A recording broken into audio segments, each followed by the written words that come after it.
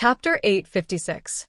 Li Yun clenched his teeth nervously, as if his wife was waiting to give birth inside. Xiao, does this hurt? Looking at Wei Si's actions, Li Yun inhaled sharply from time to time. His expression was unusually rich. There was no trace of the cold and fierce general. The stableman felt that he had lived for a long time. A strategist who knew how to deliver a horse, and a general who became silly and sweet in an instant, suddenly felt very down to earth. Wei Si turned his head and said to Li Yun, "Go to the side, don't make a ruckus here." Although White was very intelligent, the Maras that gave birth were unreasonable. The surrounding environment was too noisy, which was not conducive to the birth. Li Yun was scolded. He hurriedly covered his mouth with both hands, his pair of black eyes filled with silent grievance. Wei Si's expression was somewhat solemn. If it was another month, the foal in White's belly would automatically adjust its position, but when he touched the position just now, he realized that the foal's position was not quite right. If that was the case, no matter how hard White tried, the foal could not be pushed out of the birth canal. "Bear with it, it will be fine in a while." Wei Si comforted White's emotions in a gentle voice. It kept whining and became more and more anxious, its ponytail swaying nonstop. Not long after, Zhang Pingji also received the news and hurriedly rushed over. Before she arrived, she could already hear White's whimpering in her ears. "White," she called out, and Bai responded with a whimper upon hearing a familiar voice. Zhang Pingji pushed away Li Yun, who was blocking the fence, and happened to see Wei Si kneeling on the ground with his arms crossed, his clothes stained. Wei Si had always liked cleanliness. Zhang Pingji did not expect him to disregard the filth and personally deliver a horse. Xiao. Zhang Pingji entered the stable. Wei Si heard the movement and said without lifting his head, "Lord, help to stabilize White." As the pain intensified, White might not recognize him. When the time came, the situation would be even worse. "Oh, okay." Zhang Pingji stayed near Wei Si. White stretched out its head and rubbed against her hand, as if complaining about its grievance. With Zhang Pingji around, White's emotions were obviously much calmer. Wei Si was relieved. This was Bai's first time as a mother, so she didn't have enough experience, so giving birth was going to be a little difficult for her. Wei Si concentrated on delivering the baby. Hot sweat broke out on his forehead and flowed down his cheeks to his neck, burying into his collarbone. He was about to raise his hand to wipe his sweat with the hem of his sleeve, but the sweat on his forehead had already been wiped away with a handkerchief. My lord." Wei Si followed the direction of her hand and was almost frightened by Zhang Pingji. "Just take care of Bai." Zhang Pingji retracted her hand, as if the person who wiped his sweat was not her. Wei Si endured it and could only swallow back the words he had yet to say. At that moment, a crisp ding-dong sound came from Zhang Pingji's mind, and a large system notification popped up. System notification. The merging of the live stream rooms has been completed.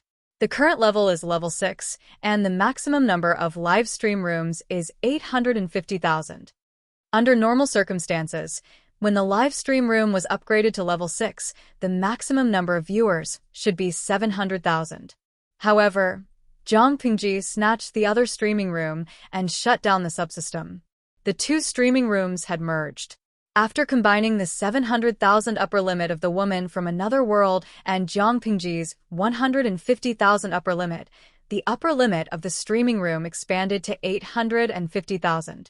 Zhang Pingji glanced at the button to start the streaming room. The originally gray button had turned green, which meant that the streaming room could be operated normally.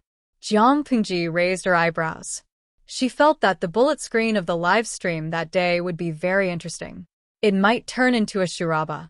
Start the live broadcast. Zhang Pingji pressed the button, and the beautiful and wide live streaming screen suddenly unfolded. The upper limit of the audience was indeed 850,000. Less than a second after she started the live stream, countless viewers swarmed in, and the empty screen was filled with two kinds of comments. One was red and the other was blue. Even the ID of the audience was divided into red and blue. Sinusi. Good morning, host. The live broadcast room opened so late today. I'm not in the mood to work today. Qiangbing Zhawu. I heard that the live stream is undergoing maintenance. The upper limit will be increased today. Why do I feel like it's still so hard to get a spot in the live stream? Ingya. I think so too. Every time we fight for a seat, it reminds me of the shadow of fighting for a small bench in kindergarten. Luo Luo peanut candy. What's going on today? What happened to Dubai? He doesn't seem to be in a good mood. He's Zumo's Wahuan. Dubai is going to give birth. Is Beauty Ci a midwife? Many viewers beat their chests and stamp their feet.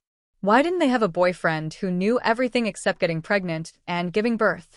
Mo Lingyin. I'm scared to death. Look at the upper limit of the live stream. Mama, it's actually 850,000. His words caused 1,000 ripples. Many viewers switched the screen to look at the number of viewers online. It was bright red and dazzling 850,000. They all knew about the maintenance and upgrading of the live stream room, but they always thought that an upgrade would increase the upper limit by tens of thousands at most. When the live stream room first appeared, the upper limit was only a pitiful 3,000 viewers. At that time, the audience jokingly called it the ancient era. To be able to get a seat in the live stream room at that time, one must have practiced the Qilan arm. Under the Bodhi tree, there is a grain of sand. I took a look. It's really 850,000. The bullet screen has turned red. In the past, we could only send simple white bullet screens. Now it's red. No, why can we also send blue bullet screens?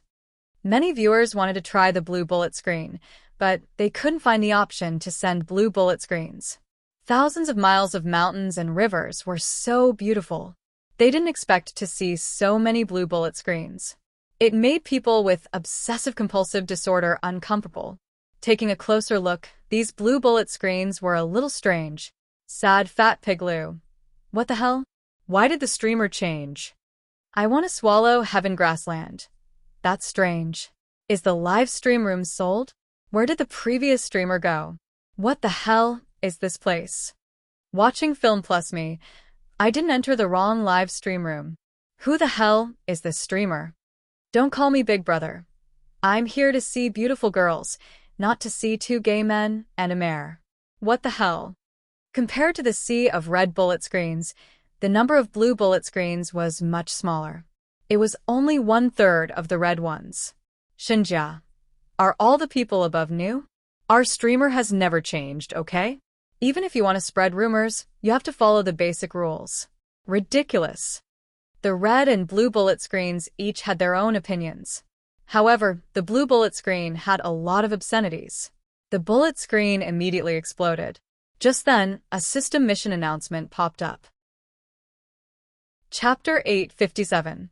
This bullet screen was the standard brown color, meaning that it was a system announcement, but the audience's ID was blue. Without waiting for the red bullet comments to explode, the viewer with the ID, "Brother has plenty of money," posted another bounty. A song of a beautiful dress danced, and the voice of a beautiful woman spread in all directions. Today, there was an audience member named "I Have Plenty of Money," who was eager for the host to dance to a song. He requested for the dance to be moving and naked. Mission reward: 9 luxurious private helicopters. Audience member, "Bro has plenty of money," whispered to the host. "Little girl, you just started in this industry, right? Be a little sweeter and call me hubby. In the future, I will especially treat you well and reward you." What?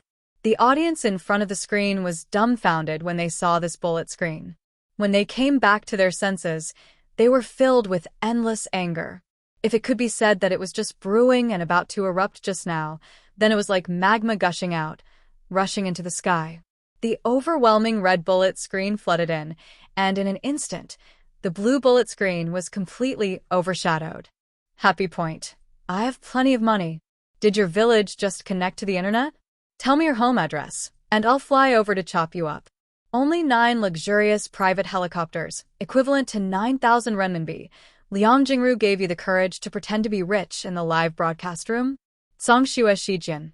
What kind of country bumpkin is this? Nutty and little pudding. How dare you jump out without understanding the status of this streaming room in the streaming world? What a disgrace. Lao Ciji Lianming. I'm sorry. I didn't zip up my pants properly, so this dirty thing is exposed. Thornbloom.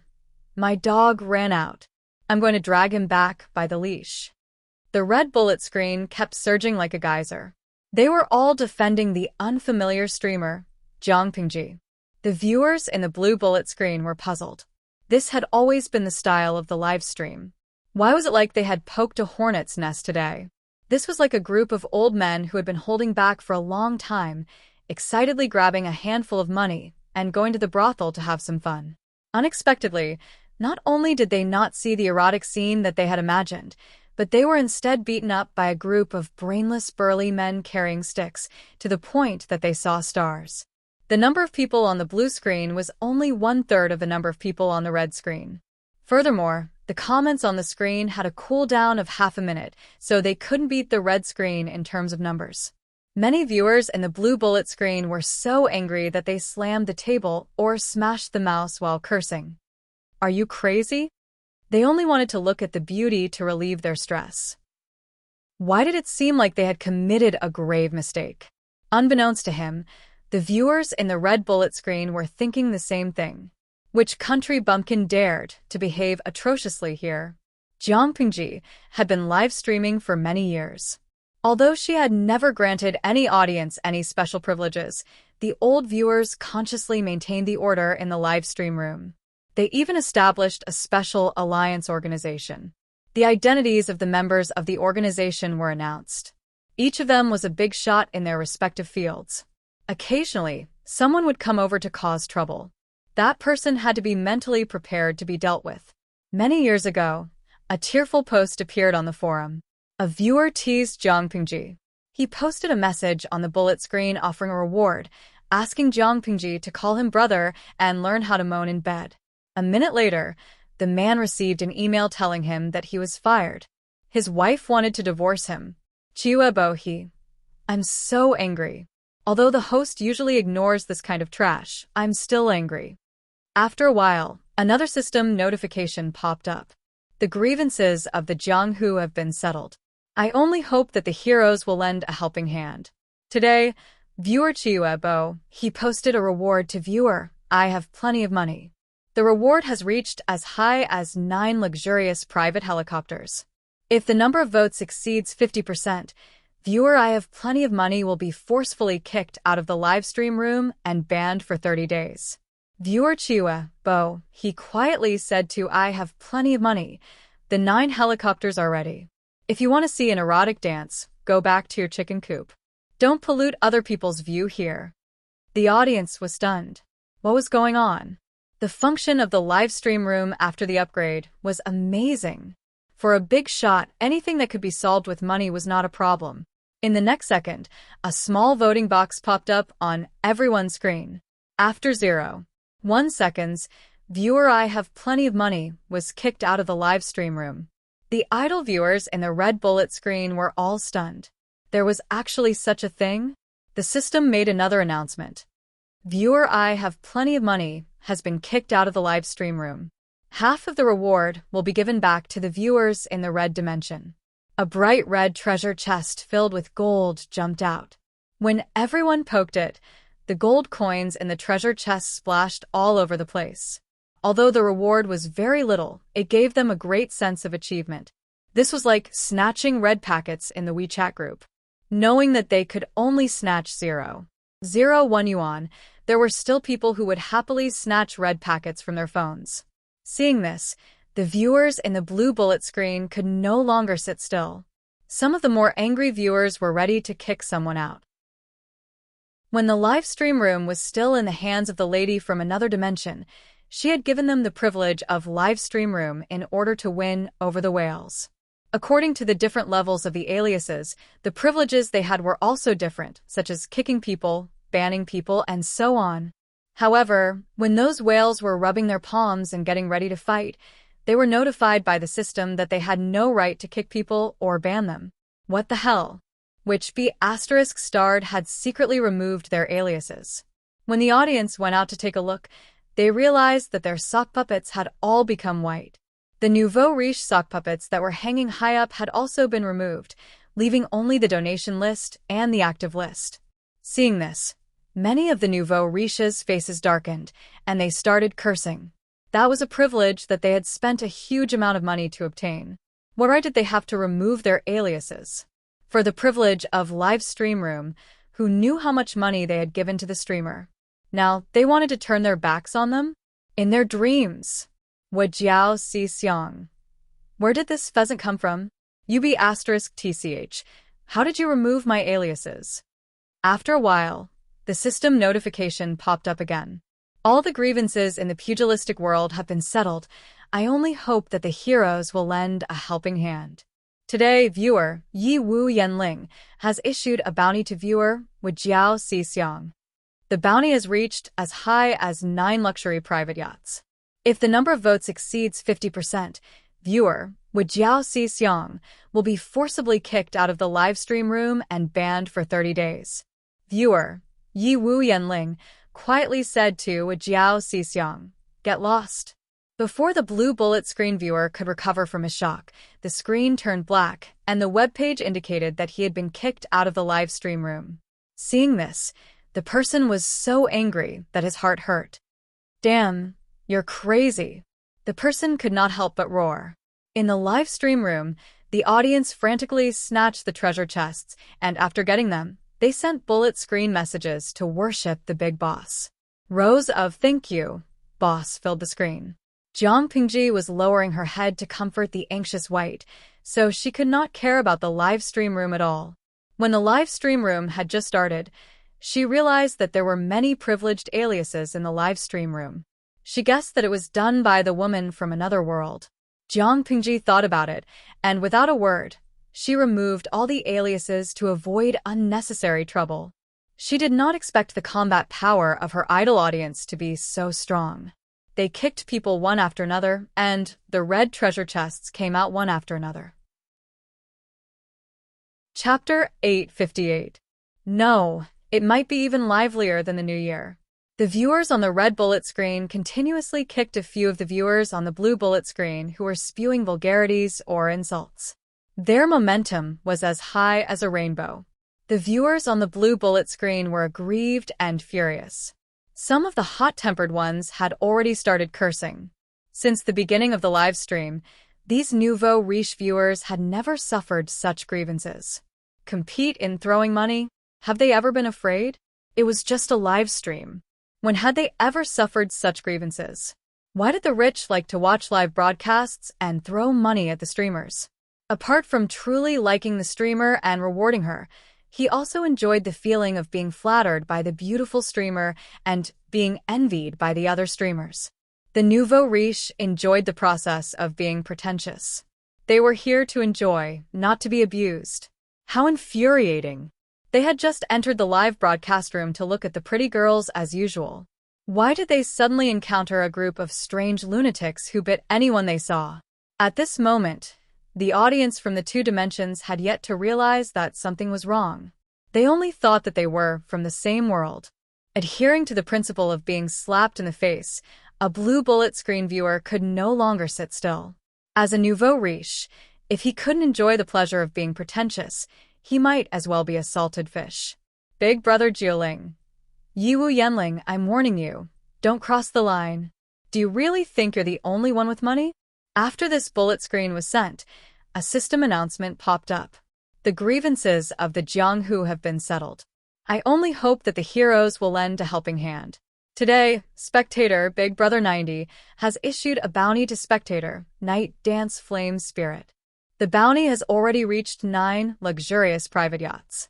If the number of votes exceeds 50%, viewer Night Dance Flame Spirit will be forcefully kicked out of the live broadcast room and will be banned for 30 days. Audience member Big Brother 90 quietly said to Night Dance Flaming Spirit, "Your parents didn't teach you well, so I'm here to teach you how to be a person. Do you really think you can act like an elephant just because you've stuck 2 cloves of garlic in you? Little guy, don't try to act cool with me." After posting this reward, the blue bullet screen audience clicked their tongues and revealed a mocking smile on their faces. If it weren't for the fact that he had suddenly lost his privileged avatar, he would have long since kicked all these noisy red bullet comments away. That's right, this audience member was one of the tycoons in the female broadcast room. However, he did not like to talk. Usually, he would quietly watch the live stream and silently send gifts. He was always in the top 10 of the gifts list. He was waiting for the audience, Night Dance Flaming Spirit, to be kicked out of the live broadcast room. He didn't expect her to be so stubborn and fight him head-on.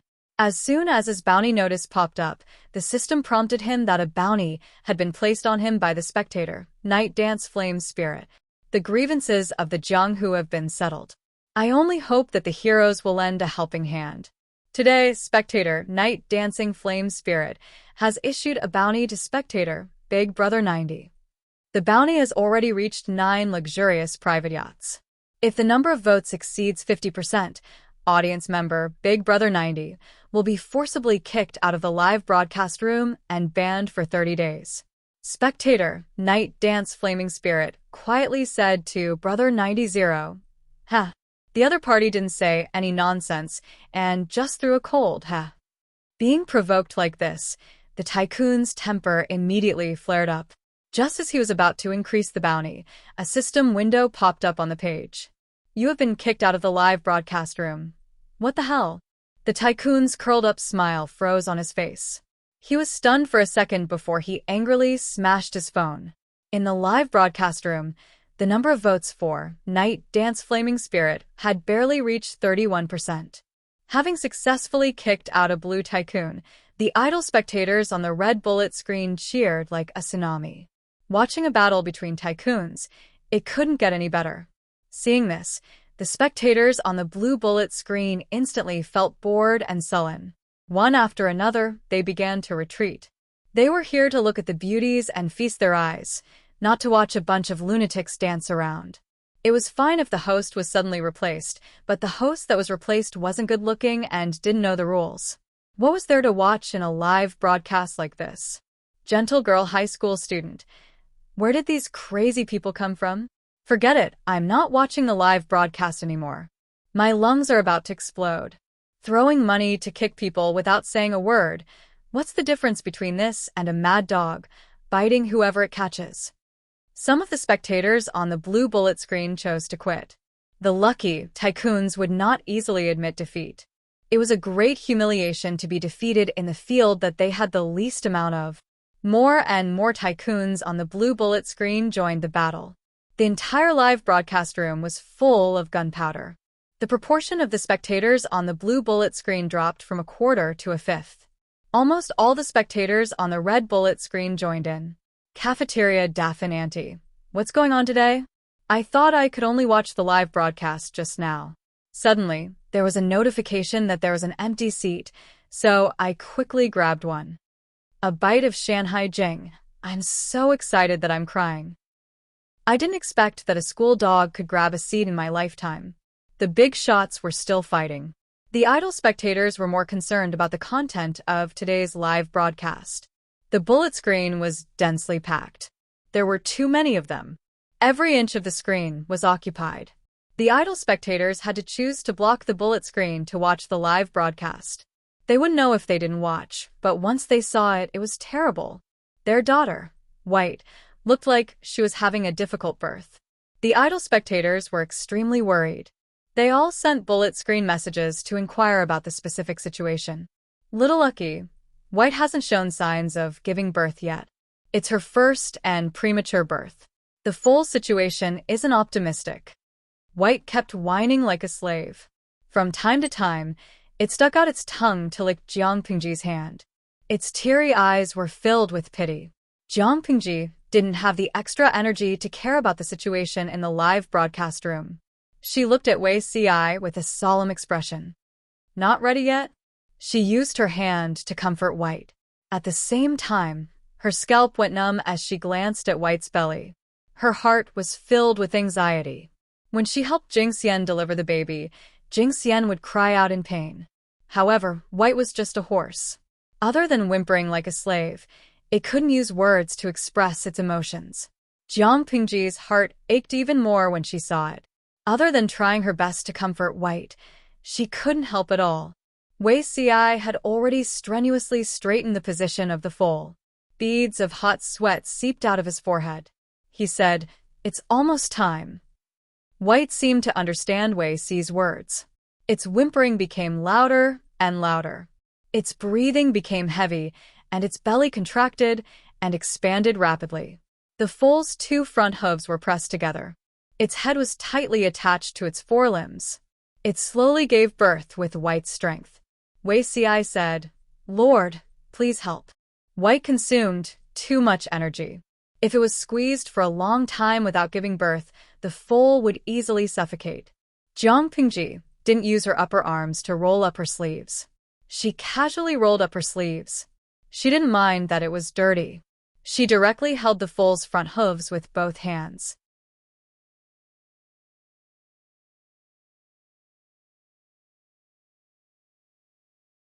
Liyun said, "Farewell, my lord."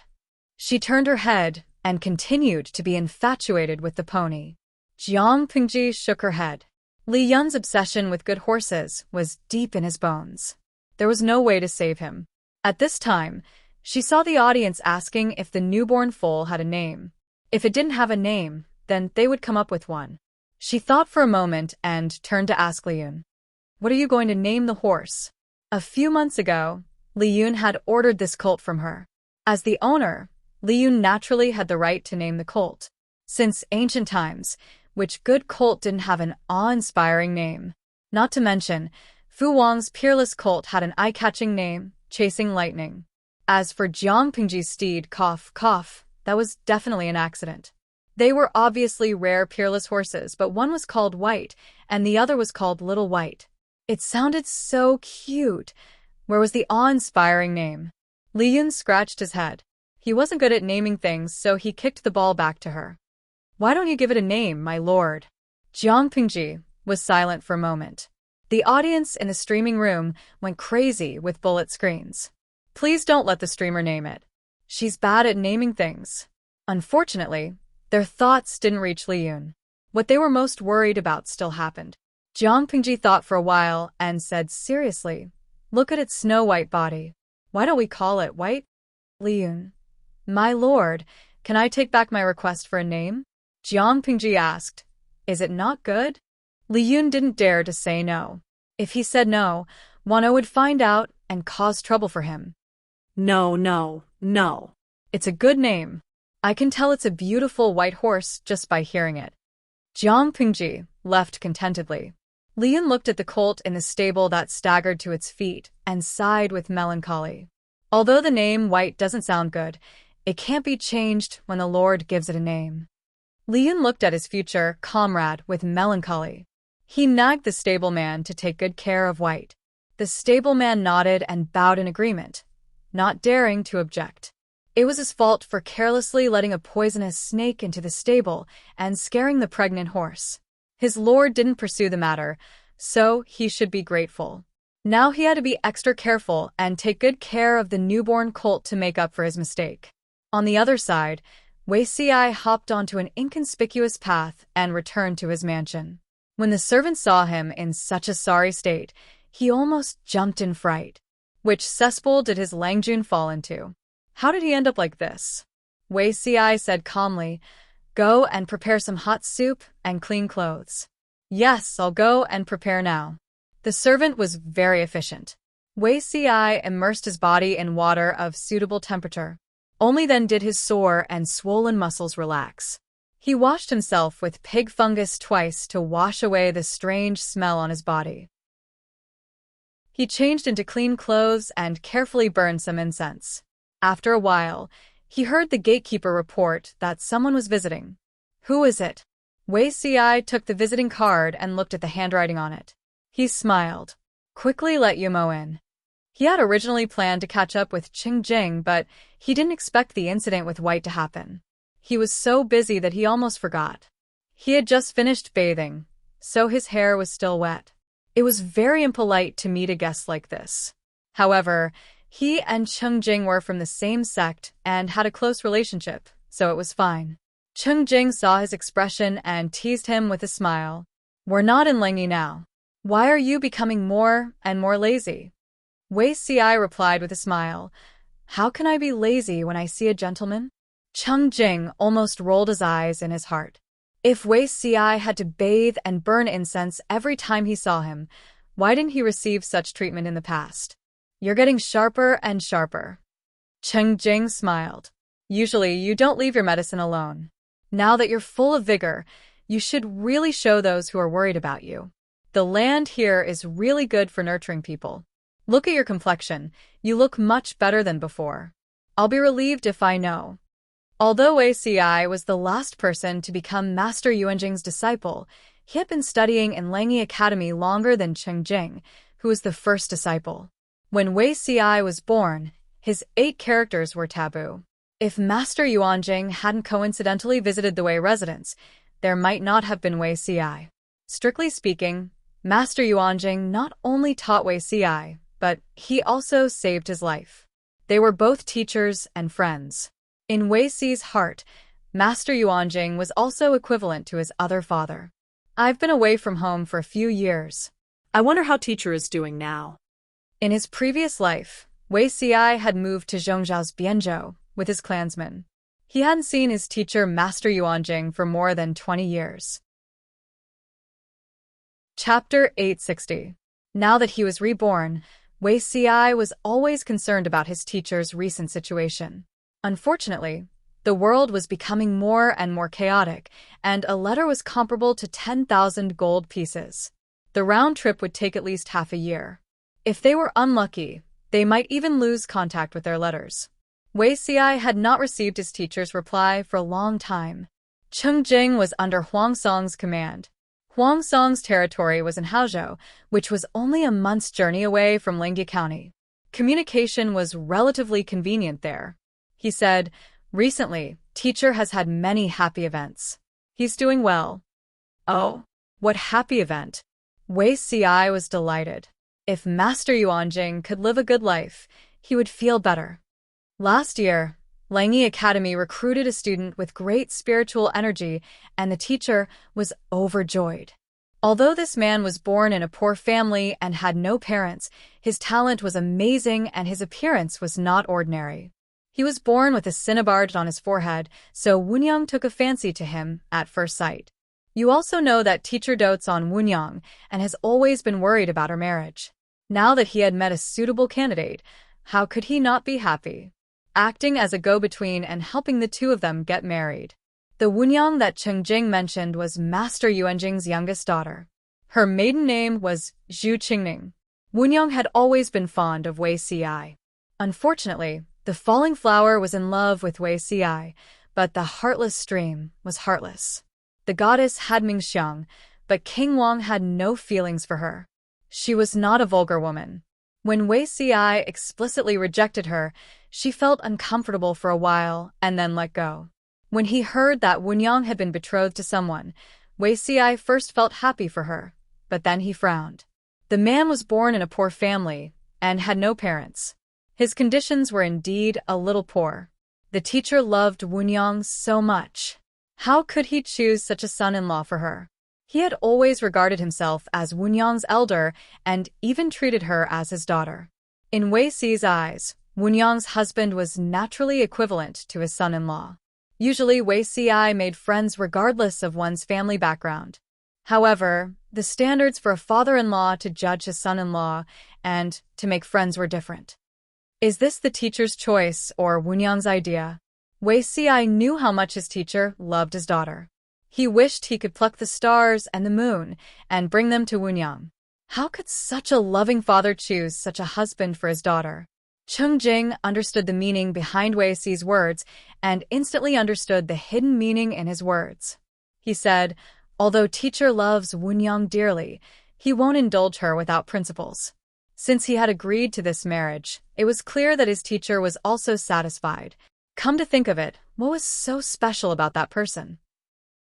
At the end of the day, a teacher is also a father, and I still hope for my children's happiness.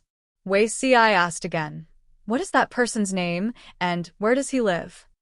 In his previous life, he had moved to Zhongzhou with his clansmen, but he had never stopped contacting his friends. He had always kept in touch with them through letters. He vaguely remembered that Wunyang married one of his teacher's students. That person was a young scholar in Langya County and was known for his talent.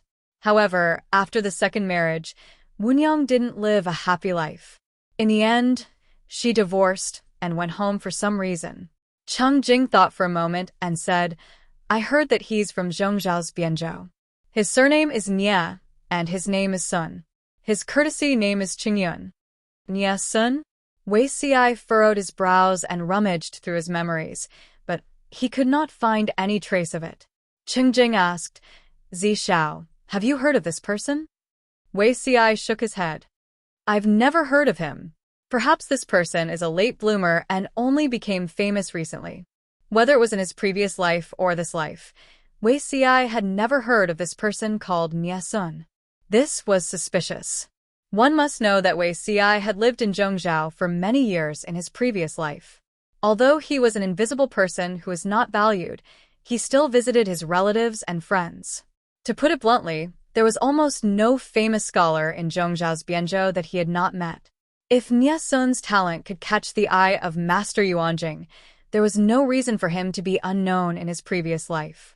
As for the inborn cinnabar between his eyebrows, such an obvious mark, if Wei Xi had really seen or heard of it, it was impossible for him not to have any impression. Could it be that this Nie Sun had only appeared in this life? Thinking of this, Wei Xi felt relieved. The difference between his previous life and this life was too great.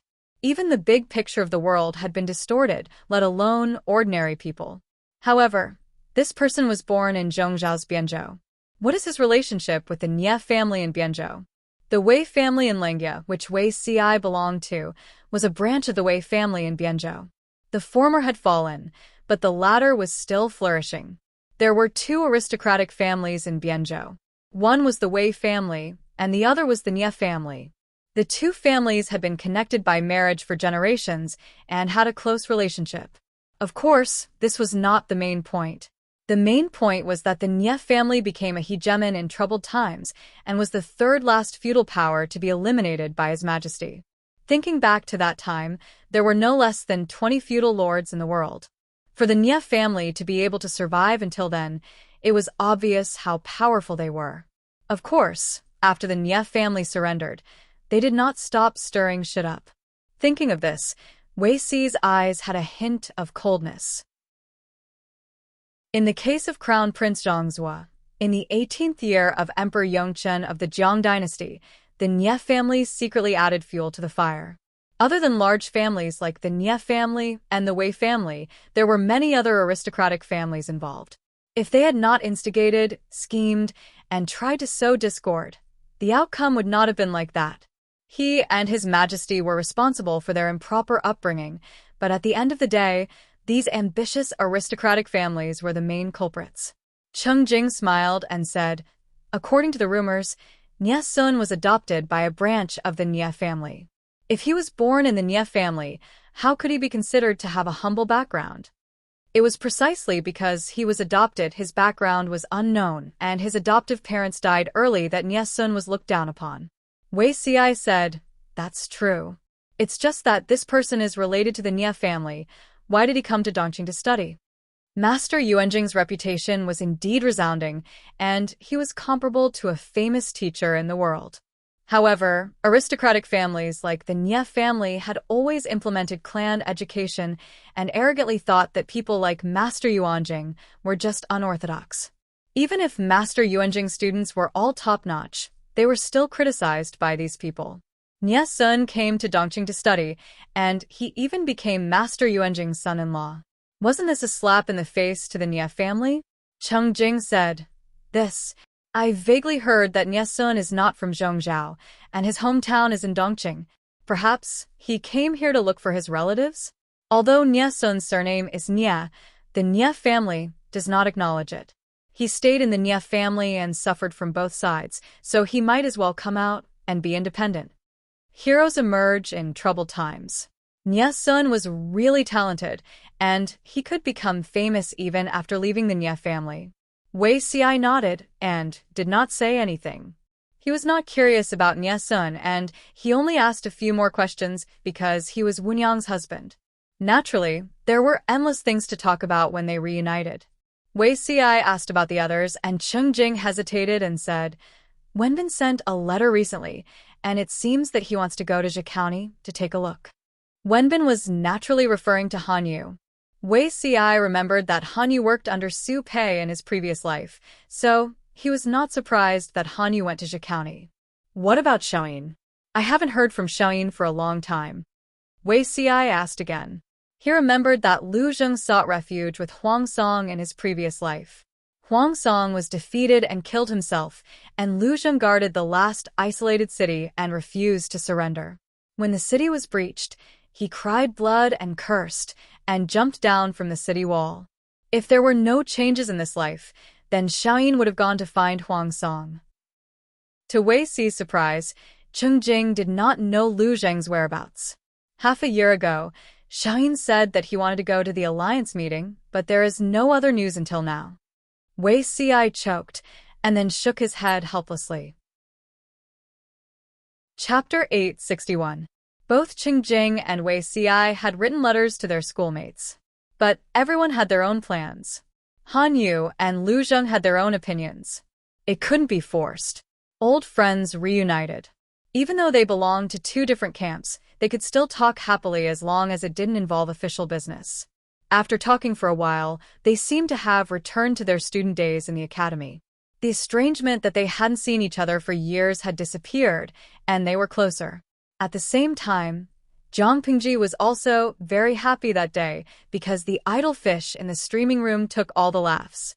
She wore a bamboo hat leisurely, carried a fishing rod and basket, and found a place where no one was around to fish.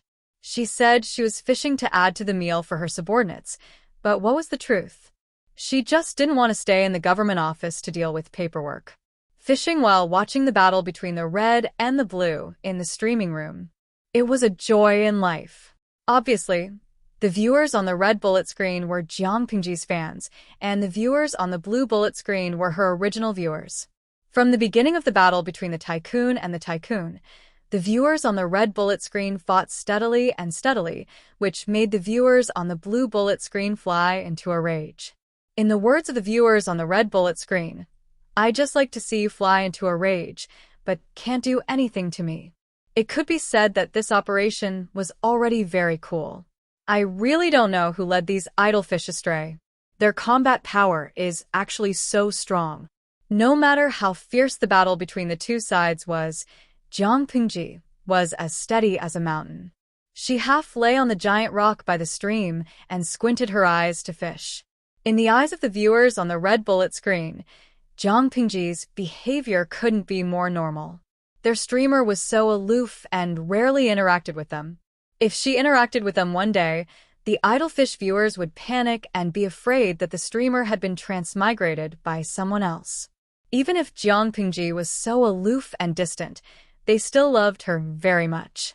On the contrary, the viewers on the blue bullet screen became more and more bored as they watched. They chose to leave one after another, cursing before they left. How cui shao jia. Let's go. What kind of trash streaming is this? You didn't even say a word after watching it for so long. In Gu Mao, I thought there would be some special streaming, but I didn't see anything after watching it for so long. Go ahead and fish, at least say something. You're so aloof. Do you think everyone wants to watch your streaming? To put it bluntly, at least the previous host knew how to dance erotically, tease the audience, and liven up the atmosphere. The current one was a block of wood, stupid, and ugly. What a waste of my traffic. Disappointing. Of course I'm forgiving her. I heard that this live stream is very powerful. I've been driving for more than 20 years and have never been censored by the country. I'm here because of its reputation. How is it censored? Forget it. It seems like I won't be able to see any interesting content. I'll leave first, the traffic can't keep up. Heavenly visitor. I feel cheated. I'm leaving too. Lang de Fingy. It's a little strange. These red bullet screens seem to know this streamer. They're as crazy as dogs. Most of the blue bullet screen viewers chose to cross and leave in disappointment. After half a day, only 10% of the blue bullet screen viewers remained. Of course, this 10% of the audience was either bored out of their minds or bored out of their minds. In any case, it was very difficult to get a spot in this live broadcast room. Being able to get a spot meant that they had fast hands and good internet connection. The bullet screen war in the streaming room went on for a long time. Jiang Pingji fished for a long time, but her fishing basket was still empty. Some salted fish could not stand it anymore and urged Jiang Pingji to give up. Nuzwang Xinghong, streamer, you'd better stop struggling. You can't even catch a shrimp, let alone a big fish. Accept the reality. Jiang Pingji's momentum was too strong. Wild animals were far more sensitive than humans. Where she was, all fishes and shrimps were basically extinct. Every time she came out to fish, other people would catch one, but she always got nothing. But fishing was about loneliness, not fish. Jiang Pingji sat cross-legged, holding the fishing rod in her right hand, her left hand on her knee, and her chin propped up. There was no one around, so she did not need to send bullet screens. She spoke directly to the audience. I see that the streaming room is especially lively today. You guys don't get along very well. What do you mean by not getting along very well? The salted fish were stunned, and it took them a while to react. Little angel, people with different beliefs cannot make plans together. There's no way we can get along. Streamer, do you know where these bumpkins on the blue bullet screen came from? The originally good atmosphere had unexpectedly turned into a mess. If I had known this would happen, I would not have leveled up. I'd rather fight with countless salted fish for 15 spots in the streaming room than stay in the same streaming room with these losers all day. Gui Kai Guo Fengxiu. I don't want to get along. I'm so angry that I want to jump up and beat their heads. I'm so angry. Jiang Pingji rolled her eyes in front of everyone, like a salted fish that was stranded on the shore. She yawned. People from 2 dimensions are fighting for a limit of 850,000 people. People of all kinds can sneak in. I can't do anything about it. It depends on your hand speed. The streaming room has a limit of 850,000 people. Whoever is faster will be able to get it. The group of salted fish. Wait, they seem to have overlooked something? Host, can you repeat what you just said one more time? That's a lot of information. Let's highlight the words 2 dimensions. Jilan Yushu. Wait, streamer, don't scare me. What do you mean by 2 dimensions? Could it be that the color represents the dimensions, the red bullet screen is for allies, and the blue bullet screen is for people from another dimension? Jiang Pingji smiled and said, Why would I scare you? It's really 2 dimensions. Whether it was the salted fish in the red bullet screen or the defeated soldiers in the blue bullet screen, both sides were so shocked that their eyes widened and their jaws dropped to the ground. They had been fighting for half a day. Both sides were furious. One by one, they said that they wanted human flesh. They fought it out. However, no matter how powerful the big shots were, they could not find any clues. It was as if the people on the other side had appeared out of thin air, so they were actually people from another dimension? Chami Dalao. Wait, did I go too far just now? Did they all die? People from 2 dimensions can actually fight in the same streaming room and watch the streamer from a 3rd dimension. This is epic making fate. Hello, my friends. Duxing Yufeng. If I knew this would happen, I would have been gentler just now. In the sea of red bullet screens, a small group of blue bullet screens occasionally floated by, but they were immediately caught. Fanlu. Hello, my friends from the other dimension. Shinjia. Friends on the other side, look over, look over, look over. The bullet screens here were very exciting. Due to the huge disparity in the number of people, the blue bullet screen was swaying and trembling in the sea of red bullet screens. It looked very pitiful. Although the viewers on the blue bullet screen were very annoying, they were able to tolerate all kinds of people. They would not kill a person from the same dimension in one go. No matter what group it was, there would always be good and bad, good and bad. They had to be tolerant and get rid of the weeds. However, the salted fish's way of thinking was always different from normal people. One of the audience in the red bullet screen could not help but complain. Chapter 862. Why did the viewers from two different dimensions use Chinese characters? It was a good question, but Jiang Pingji couldn't answer it. She made up a story with her eyes wide open. Maybe it's because Chinese characters are the universal language of the entire dimension? The viewers in the two streaming rooms were speechless after hearing it. What she said made sense. I'm actually speechless? A certain viewer on the blue bullet screen spoke shakily. He was mentally prepared to be kicked out of the streaming room by the big boss on the red bullet screen. Buxian Xian. In the past, there were always people who said that English was the universal language of the world. Now I can hold my head high and say that Chinese characters are the universal language of the entire dimension. I'm so touched. I hope the country can take this seriously and abolish CET4 and CET6. In the sea of red bullet screens, the blue bullet screen was particularly eye-catching. It even received countless likes. The viewers on the red bullet screen cheered for the blue bullet screen. CET4 and CET6 were all tearful after saying too much. The two groups of people who were fighting each other to the death were now tearful when they saw each other from the same place. The two sides had a friendly discussion about the two dimensions. However, the restrictions of the streaming room were too great. They couldn't talk about topics related to politics. They racked their brains and could only figure out the timeline of the two dimensions. Other than some differences in historical events, the general situation was actually the same. Many quick-witted and ill-intentioned people had already come up with crooked ideas. Since the situation of the two dimensions was so similar, but the development was different, could they help each other? Thinking about the more popular plagiarism category in online novels, maybe they could imitate it. Who knows, it might become popular. Anyway, it was two different worlds. Even if someone pointed out plagiarism, it would be extremely difficult for the two dimensions to pursue the matter of plagiarism. To put it nicely, they could learn from each other and develop together. They couldn't bear to let the magnificent civilization disappear just like that. Jiang Pingji casually glanced at the bullet screen in the streaming room. Many viewers also noticed it. Some felt that plagiarism was wrong. Some felt that since they were from two dimensions, what was wrong with exchanging civilizations? Anyway, the original author couldn't cross the dimension wall to pursue the matter and sue. Online novels were all like this. No one would know even if they plagiarized. They forgot that this was Jiang Pingji's streaming room. As a streamer in a level 6 streaming room, her authority was higher than before. After a while, those in the audience who were discussing the feasibility of borrowing were all kicked out. They were stunned for a moment. When they looked at the system notification again, their faces couldn't help but twitch. Because you have violated the rules of the live broadcast room, you have been kicked out of the live broadcast room by the host. To be honest, this was the first time Jiang Pingji took the initiative to kick someone since she took over the streaming room. Even a fool would know that she was a little angry. Not only were there blue comments, but there were also quite a number of red comments.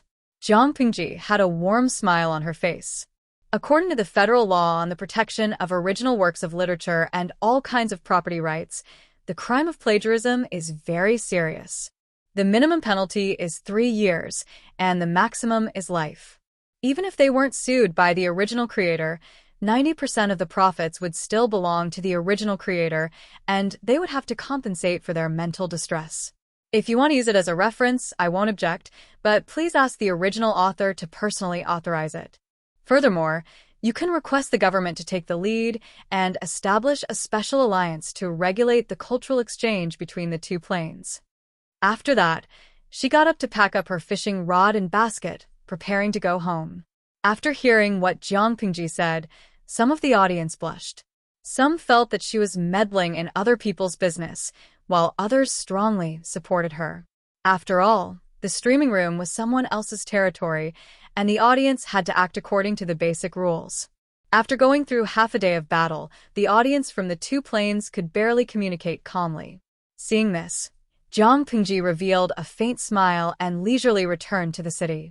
Unbeknownst to her, the matter of the streaming room had grown wings and occupied the headlines of major websites. It was fine if it was a cross-dimensional live broadcast, but now she could communicate with the audience from another plane on the same streaming platform. She was going to go to heaven. The red comments were relatively calm. Although Jiang Pingji's streaming room was a little strange and often showed all kinds of violent scenes, on the whole, it was still positive.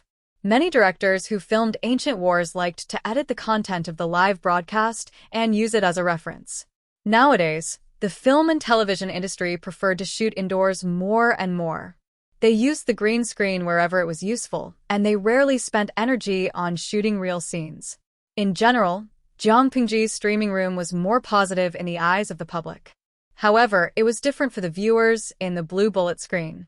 As soon as the news spread, it was like a stone that stirred up 1,000 ripples. Abuse and mockery had the absolute upper hand. Thanks to the female transmigrator, the streaming room had been labeled as despicable. In addition, the streaming room had been around for more than 20 years. Many of the audience had a fixed impression of it. Once it was mentioned, they could not help but curse or mock it, as if it was a pile of stinky feces. After such a long time, the audience in the streaming room had been fixed. Now that the streamer had suddenly changed, not only did it not attract new readers, but it also drove away this part of the audience who liked beautiful women. As a result, for a long time, the ratio of red to blue in Jiang Pingji's streaming room hovered around 9:1 or 19:1. The red bullet screen viewers were overjoyed. The cake was only so big. The streaming room's upper limit was 850,000. They could not wait for all the upper limit to be theirs. Yes, the streamer was theirs. No unruly people could snatch her away. Jiang Pingji did not care about this. She did not care which plane the audience was from, as long as they were not from her original plane. As a general of the Federation and the commander of 1/10 of the army, she had now been reduced to a small farm owner. Her fate was miserable. Humming a tune, Jiang Pingji walked into the city under the orange afterglow of the sunset. The streets were still bustling with business. The street vendors were shouting and hawking, and children were chasing and laughing. The child who was leading accidentally bumped into Jiang Pingji. She did not move an inch, but the child fell. There are carriages and pedestrians everywhere. You naughty children, if you want to play, go somewhere else. Jiang Pingji's face was fierce. She picked up the child who had fallen. The child was sobbing. A woman in the distance saw it and was scared out of her wits. She hurriedly ran over to carry the child away. She was so scared that her shoulders were trembling. The woman saw Jiang Pingji's face clearly. It was as if someone had stolen her voice. She could not say anything. Jiang Pingji was usually very close to the people. Many people knew what she looked like. The woman had seen her before. My son is naughty and has disturbed the prefecture magistrate. As the woman knelt, the 2 or 3-year-old child in her arms knelt as well. Jiang Pingji had a very good memory. She saw the woman's face and found it somewhat familiar. You are? Listening to the woman's words, she was obviously not an ordinary village woman. Chapter 863. Jiang Pingji was surprised. She lifted her hand to help the woman up and said with a smile, "This isn't a good place to talk. Why don't we sit in the restaurant next door?" Judging from the woman's appearance, she lived a hard life. She lived frugally and only ate 1 meal a day. The child beside her was raised well. He was fair, chubby, and adorable. Even the clothes he wore were made of fine cotton. Fine cotton was not expensive, but for a peasant family with an average family, it was a huge expense. The woman hesitated for a moment, then beamed with joy. She carried the child in her arms and followed Jiang Pingji to the nearby reception house. The reception house was opened in all the towns and cities in Wanzhou. Its reputation was improving day by day. The dishes developed by the chefs were also changing day by day. Although it was geared towards middle and high-class customers, ordinary people could occasionally have a meal if they gritted their teeth. The woman followed Jiang Pingji to a private room. She and the old housekeeper lived frugally to support their young master. They had never been to the reception house. Order more of what you want to eat. This child, if I remember correctly, is he the one protected by his mother? How many people had Jiang Pingji saved during the earthquake in Shangjing? Most of the people in Xiangyang district today had followed her to escape from Shangjing to this place. The woman nodded with tears in her eyes. Her eyes were bloodshot, but she did not look like she had been wronged. Instead, she looked excited. She had always remembered Jiang Pingji, but she was a busy person. How could she remember her? She had just reminded her, but she did not have high hopes. She did not expect Jiang Pingji to be right. Yes, it is my young master. The woman nodded excitedly. The chubby child in her arms twisted in confusion. He looked at Jiang Pingji and then at the woman who was holding him. He did not understand what had happened. He could only step on the thigh of the woman who was kneeling. He tiptoed and tried to wipe her tears with his chubby, white paws. How have you been all these years? Jiang Pingji looked at the child and dug out the relevant fragments from her memory. She remembered that when she rescued the child from the ruins, the child was protected by a woman who had her back curled up. If the woman had not protected him with her body, her spine, and her head, arms, and chest, he would have died a long time ago. A pure smile appeared on the woman's face. It's all thanks to the prefecture overseer's good governance that I was able to survive in this world with my master. In the past, there were 20 people in the mansion, but after the earthquake, only 3 survived. A wet nurse, a housekeeper, and a 2-month-old child. The world outside was too chaotic. The 3 of them were old, weak women and children. There was no way for them to seek refuge with their relatives. They could only follow Jiang Pingji to Xiangyang district. The old housekeeper did the accounting and outside work, while she knitted sweaters or embroidered some patterns at home to sell. She lived frugally on weekdays. After deducting the small amount of rent paid to the county headquarters, the remaining money was enough for them to live on. The 2 of them were loyal and devoted servants. They would rather work themselves a little harder than suffer the slightest injustice to the child. Therefore, among the 3 of them, only the child was wearing clothes made of fine cotton. Jiang Pingji said, "You're the wet nurse?" If I remember correctly, there was an old man who survived.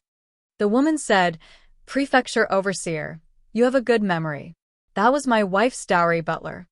Jiang Pingji said to the child, "Come here." The child was very guilty. He had just bumped into someone. How would he dare to take the initiative to approach her? The woman encouraged him, and he ran to Jiang Pingji hesitantly. Jiang Pingji carried him and bounced him up and down. The 2-year-old child was quite heavy. I remember that the child's family seems to be extraordinary. Have you never thought of bringing the child to look for his relatives after so many years? Before the earthquake, land in Shangjing was expensive. Those who could buy property there were either rich or respectable. Logically speaking, the child's parents were not ordinary people. The woman said, "I had this plan for a long time, but there were wars everywhere in the past. The housekeeper and I didn't dare to bring the young master to take risks. Therefore, it has been delayed until now. I plan to save enough money in a few years to set off to look for my relatives, so as not to delay the young master's initiation." In the whole of Dongqing, what place was safer than Wanzhou? The lion was entrenched and heavily guarded. The prefecture magistrate loved the people like his own children. He governed the whole of Wanzhou in an orderly manner. Outside the boundaries of Wanzhou, there were either wars or all kinds of disasters. How could she and the old housekeeper protect the young master? Jiang Pingji carried the child and put some food in his bowl. What is this child's background? Since I saved him and met him on the street today, it seems that we are fated. If I can help, I can send someone to pass a message to the child's relatives and ask them to bring the child back as soon as possible. Looking at you, these years have not been easy. The woman's eyes turned red again. She kowtowed and said, "Thank you, prefecture magistrate. If there is a next life, I will definitely tie a ring to repay your kindness." Wiping away her tears, the woman continued, "My master is from the Cui family of Chongzhou." The Cui family of Chongzhou? Jiang Pingji carried the child in one hand and ordered the food on the table with the other. What a coincidence. Chongzhou was her father, Lu Shi's territory. As for the Cui family, Jiang Pingji had vaguely heard rumors about them. The Cui family had been in Chongzhou for a long time. They were the local tyrants, but they were not a proper noble family. They had resources, but they were looked down upon. The reason was simply because the Cui family had a close relationship with the northern borderline. They did business in both places. They were even fence-sitters. They leaned toward whichever side the wind blew. Jiang Pingji corresponded with Lu Shi. He did not have a high opinion of the Cui family. He even said that they reeked of money. How could they be noble and virtuous like scholars? At first glance, the Cui family was aligned with power and money. No wonder Lu Shi had such a bad impression of them. The woman nodded vigorously. She said, "My wife is the eldest daughter-in-law of the Cui family's first branch." Chongzhou and the northern borderline were borderline. It had always been a place of constant conflict. Even if the Cui family was on good terms with the northern borderline, they could not stop the bandits from running amok. The Cui family sent the eldest daughter-in-law to Shangjing to await delivery. Who knew that they would encounter a rare earthquake? Jiang Pingji had a change of heart. "My father is the prefecture magistrate of Chongzhou. What a coincidence. I will write a letter to my father and ask the Cui family to send someone to bring you back." For the woman, it was a difficult task, but for Jiang Pingji, it was as easy as lifting a finger. After the woman heard it, she kowtowed to Jiang Pingji a few times in excitement. She almost spoke incoherently. Jiang Pingji looked at the child and smiled meaningfully. She inquired about the residence of the woman and the child and accompanied them for dinner. Only then did she return to the district headquarters under the thin and cold moonlight. She said to the people beside her, "Summon Wenzheng, Zisher, and Zixiao. Tell them that I have something to discuss with them." The others were not in Xiangyang district. Jiang Pingji could only summon the 3 advisors first. Jiang Pingji waited for a while. Qiguan Rang, Feng Zhen, and Wei Ci arrived one after another. The 3 of them looked at each other. They did not know why Jiang Pingji summoned them alone. Chapter 864. Without the slightest precaution or apprehension, their lord had thrown them a thunderbolt just like that. Just 6 words, like a sudden clap of thunder, shocked the 3 trusted advisors so much that they didn't know what time it was. "Attack the northern borderline now? My lord, you want to ascend to the heavens? What are we going to use to fight? Our heads?" Even Feng Zhen, who was always joking and frivolous, was so frightened by Jiang Pingji that he didn't dare to speak. Qiguan Rang didn't seem to have any reaction, but the feather fan in his hand was fanning furiously. It was obvious how anxious he was. Wei Ci was the first to react. He stepped forward and said, "My lord, you mustn't do that. Attacking the northern borderline now wasn't courage, it was courting death." Wei Ci had thought that his lord was more mature in this life than in her previous life, but now it seemed that she was even more reckless. Jiang Pingji laughed in her heart, but she asked, "Why not?" She didn't do it on a whim. She had clearly thought it through. They all treated her like an enemy, as if she was unreliable. Feng Zhen and Qiguan Rang followed closely to persuade her. No matter what, they had to make their lord dispel this dangerous idea. Qiguan Rang said, "My lord, attacking the northern borderline now is not a good time." Feng Zhen secretly took a deep breath. He stepped forward and said, "I agree with the 2 of you. The northern borderline has experienced the horse plague and suffered a great loss in military strength, but a centipede dies but never falls down. If we don't have the confidence to kill them in one strike, we can't easily attack the northern borderline. Attacking now is no different from striking a rock with an egg." The books on war say that the military is a matter of great importance to a country. It is a place of life and death, a path of survival. In our opinion, we need to go through 5 things: take advantage of the right time, the right place, and the right people. Only then can we give it our all. The time is not ripe yet, so we must not attack. Previously, they had agreed to peacefully develop for a few years before going to war. Why did their lord change her mind now? The 3 of them groaned in their hearts, but they also understood Jiang Pingji's temperament. If they didn't say the ugly things, it would be difficult to convince her to give up on this idea. Jiang Pingji sat in the seat of honor and leaned against the table. She said to Feng Zhen, "Zisher, continue." Feng Zhen said, "The so-called 5 things are Tao, heaven, earth, general, and law." The so-called Tao referred to the agreement between the Lord and the generals, and they could live and die together. The so-called heaven referred to the seasons and climate. The earth referred to the terrain conditions. The general referred to the martial arts and abilities of the generals. As for the law, it referred to the organization of the army, the division of duties between generals, and the logistics and material reserves. Now, we disagree with our Lord, and we don't know the terrain of the northern borderline and the weather conditions after the war. Although our generals are strong, the newly recruited soldiers have not been trained properly. As for the logistics and provisions, there is a huge gap. It will take 2 to 3 years for the army to be effective. Now that we have started the war, the conditions in all aspects are not ripe yet. I hope that my Lord will think twice before acting and consider it carefully. To put it simply, if Jiang Pingji went head-to-head with the north borderline in her current condition, she would definitely be the one to die. Feng Zhen and the others couldn't figure it out no matter how hard they racked their brains. Why did their lord suddenly want to attack the northern borderline? Which idiot instigated this? Jiang Pingji smiled and said, I understand what Zishur is saying. Since she understood, why did she still have such a bold idea? Feng Zhen and the others complained about her incompetence. They even suspected that their lord was deliberately making fun of them.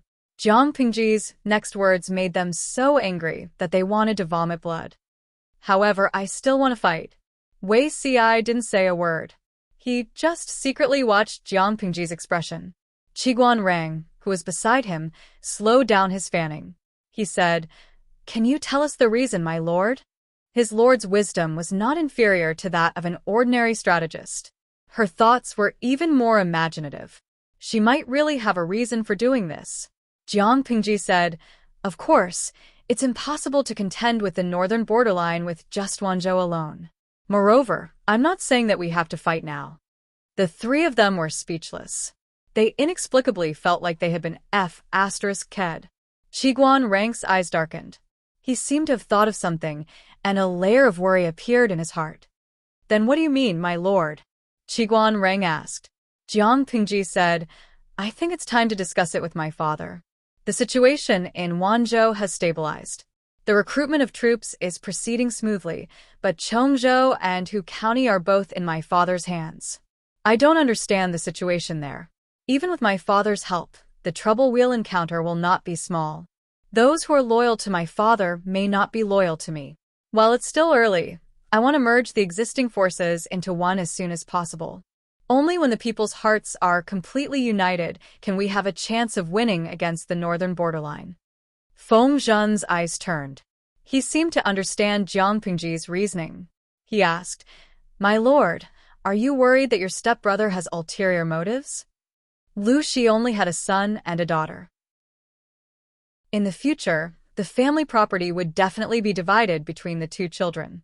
The stepbrother was now 14 years old. In a few years, he would be able to establish his own family. If he was ambitious and competed with Jiang Pingji, it would indeed be troublesome. The external threat had not been resolved yet, but internal problems had arisen. If the siblings fought and held each other back, how could they stand firm in this chaotic world? The best way was to completely stabilize their position and power before the stepbrother grew up. Now that Jiang Pingji wanted to attack the northern borderline, it was an excellent excuse to take over the military power of Chongzhou and Hu County from Lu Shi's hands. The three trusted subordinates had their imaginations run wild. They were all convinced by their own ideas. Jiang Pingji could not help but laugh. She was unwilling to explain too much. They would know the truth when the time came. Lu Shi naturally supported her. However, even if she was Lu Shi's daughter, the aristocratic families in Chongzhou and Hu County might not be willing to accept her. Jiang Pingji did not want to attack the northern borderline a few years later. Her subordinates were still disorganized and in a mess. She continued, Today, I met someone. This person may be the breakthrough point for us to gather the forces in Chongzhou. Chongzhou and the northern borderline are borderline. Once war breaks out, it will definitely be embroiled in the flames of war. As for Hu County, that place has a vast land but a small population. Although it produces a lot of grain, if we farm for a few years, it will be enough for the war. From the looks of it, gathering Cheongjo is far more important than gathering Hu County. When Wei Si and the others heard this, they secretly heaved a sigh of relief. Based on what their lord meant, they should start preparing for war now instead of fighting. They could be at ease. Wei Si asked, "Who is this person?" Jiang Pingji smiled and said, "That person is a direct descendant of the Cui family in Cheongjo. We can make friends with the Cui family in the name of saving their lives and persuade them to stand on our side." The Cui family is a fence-sitter. They have close business dealings with the northern borderline. In other words, they are the most knowledgeable about the situation in the northern borderline. If we want to start a war with the northern borderline, we must have an accurate source of information. Apart from that, the Cui family has been rooted in Cheongjo for a long time. If we take down the Cui family, we can use them to gather other local gentry families. Regardless of whether it was external or internal, the Cui family could be Jiang Pingji's springboard. Lu Shi had been the magistrate of Cheongjo for many years.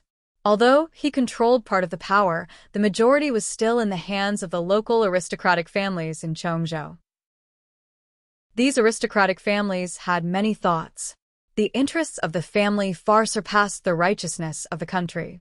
They could totally stab their teammates in the back at a critical moment. Jiang Pingji did not want someone to plot against her behind her back when she was fighting a war. Chapter 865. The three of them were smart.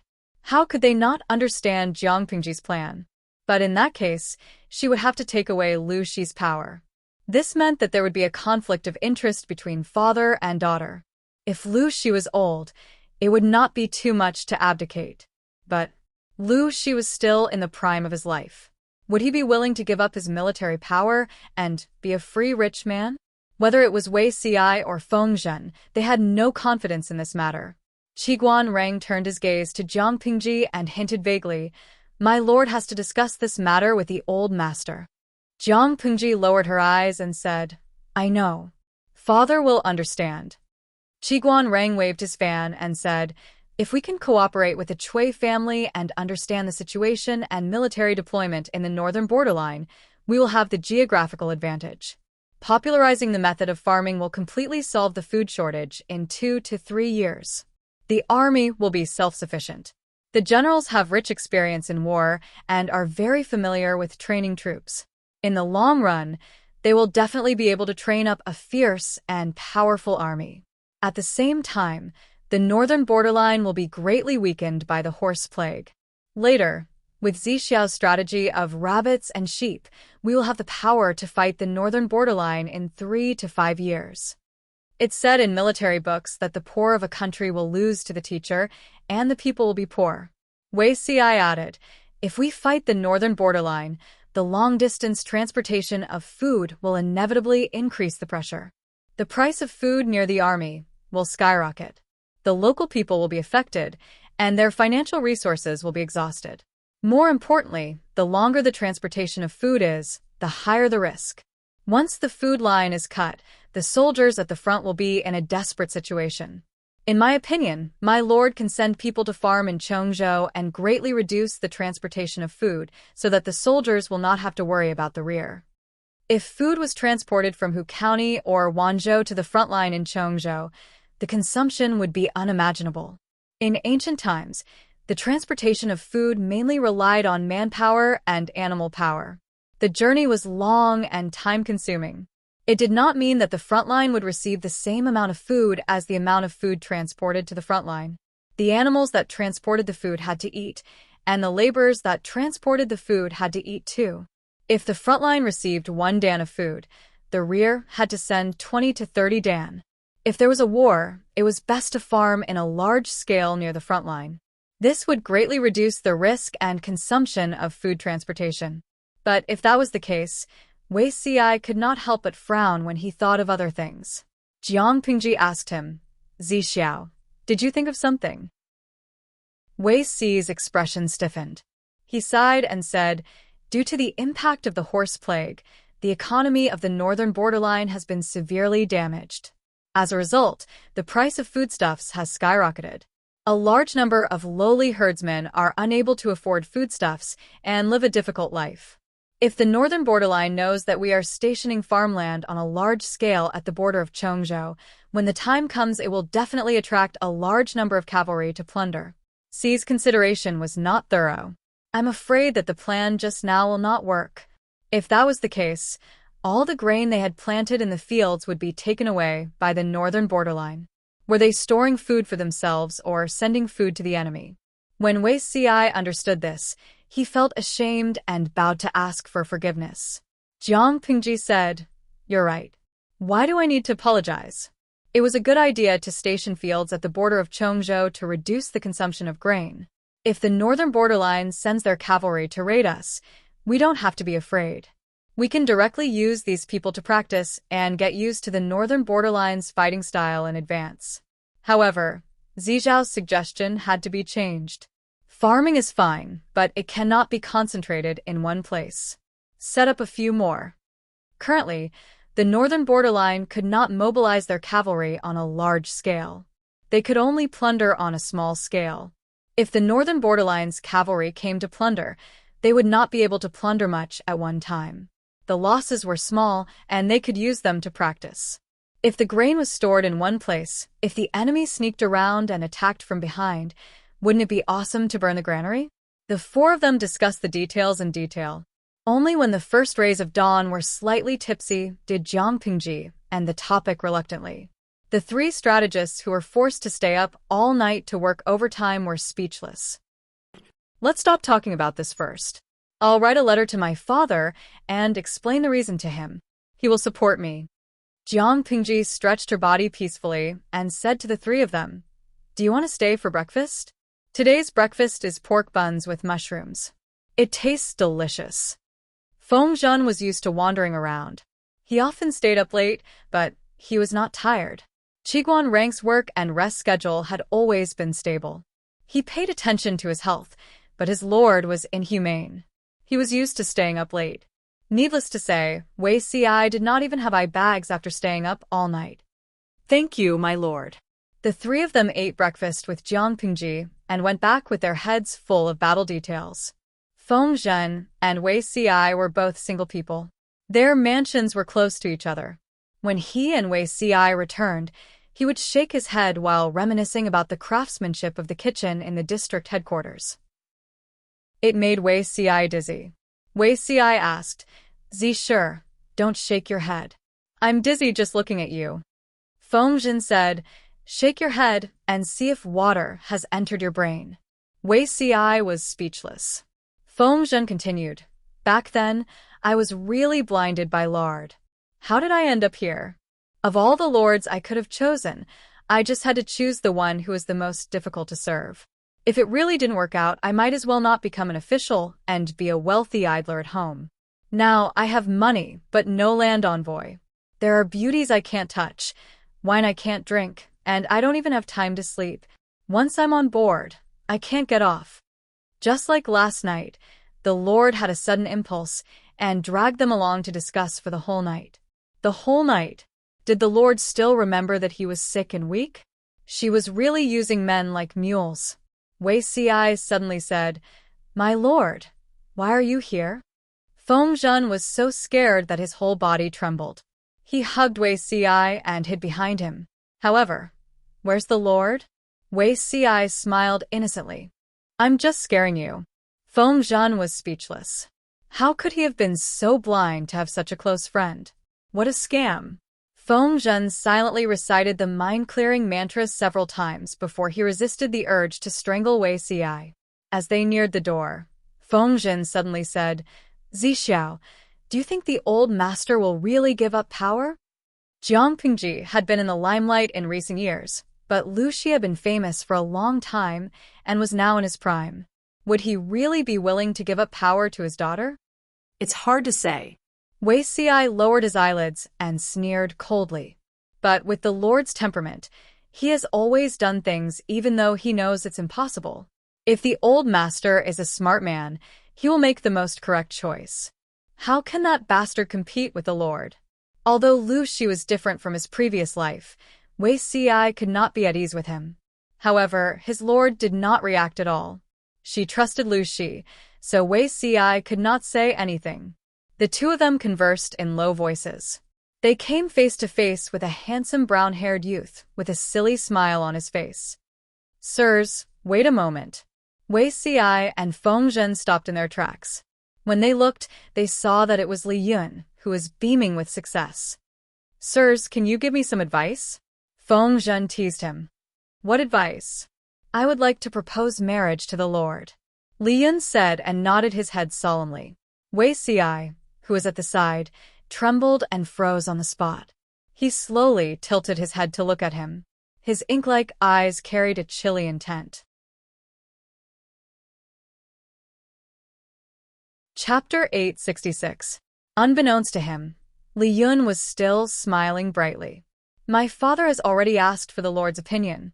Now, he's just short of visiting her personally, but The smile on Li Yun's face was unbearable to Wei Si. "I keep feeling that I need to prepare something more.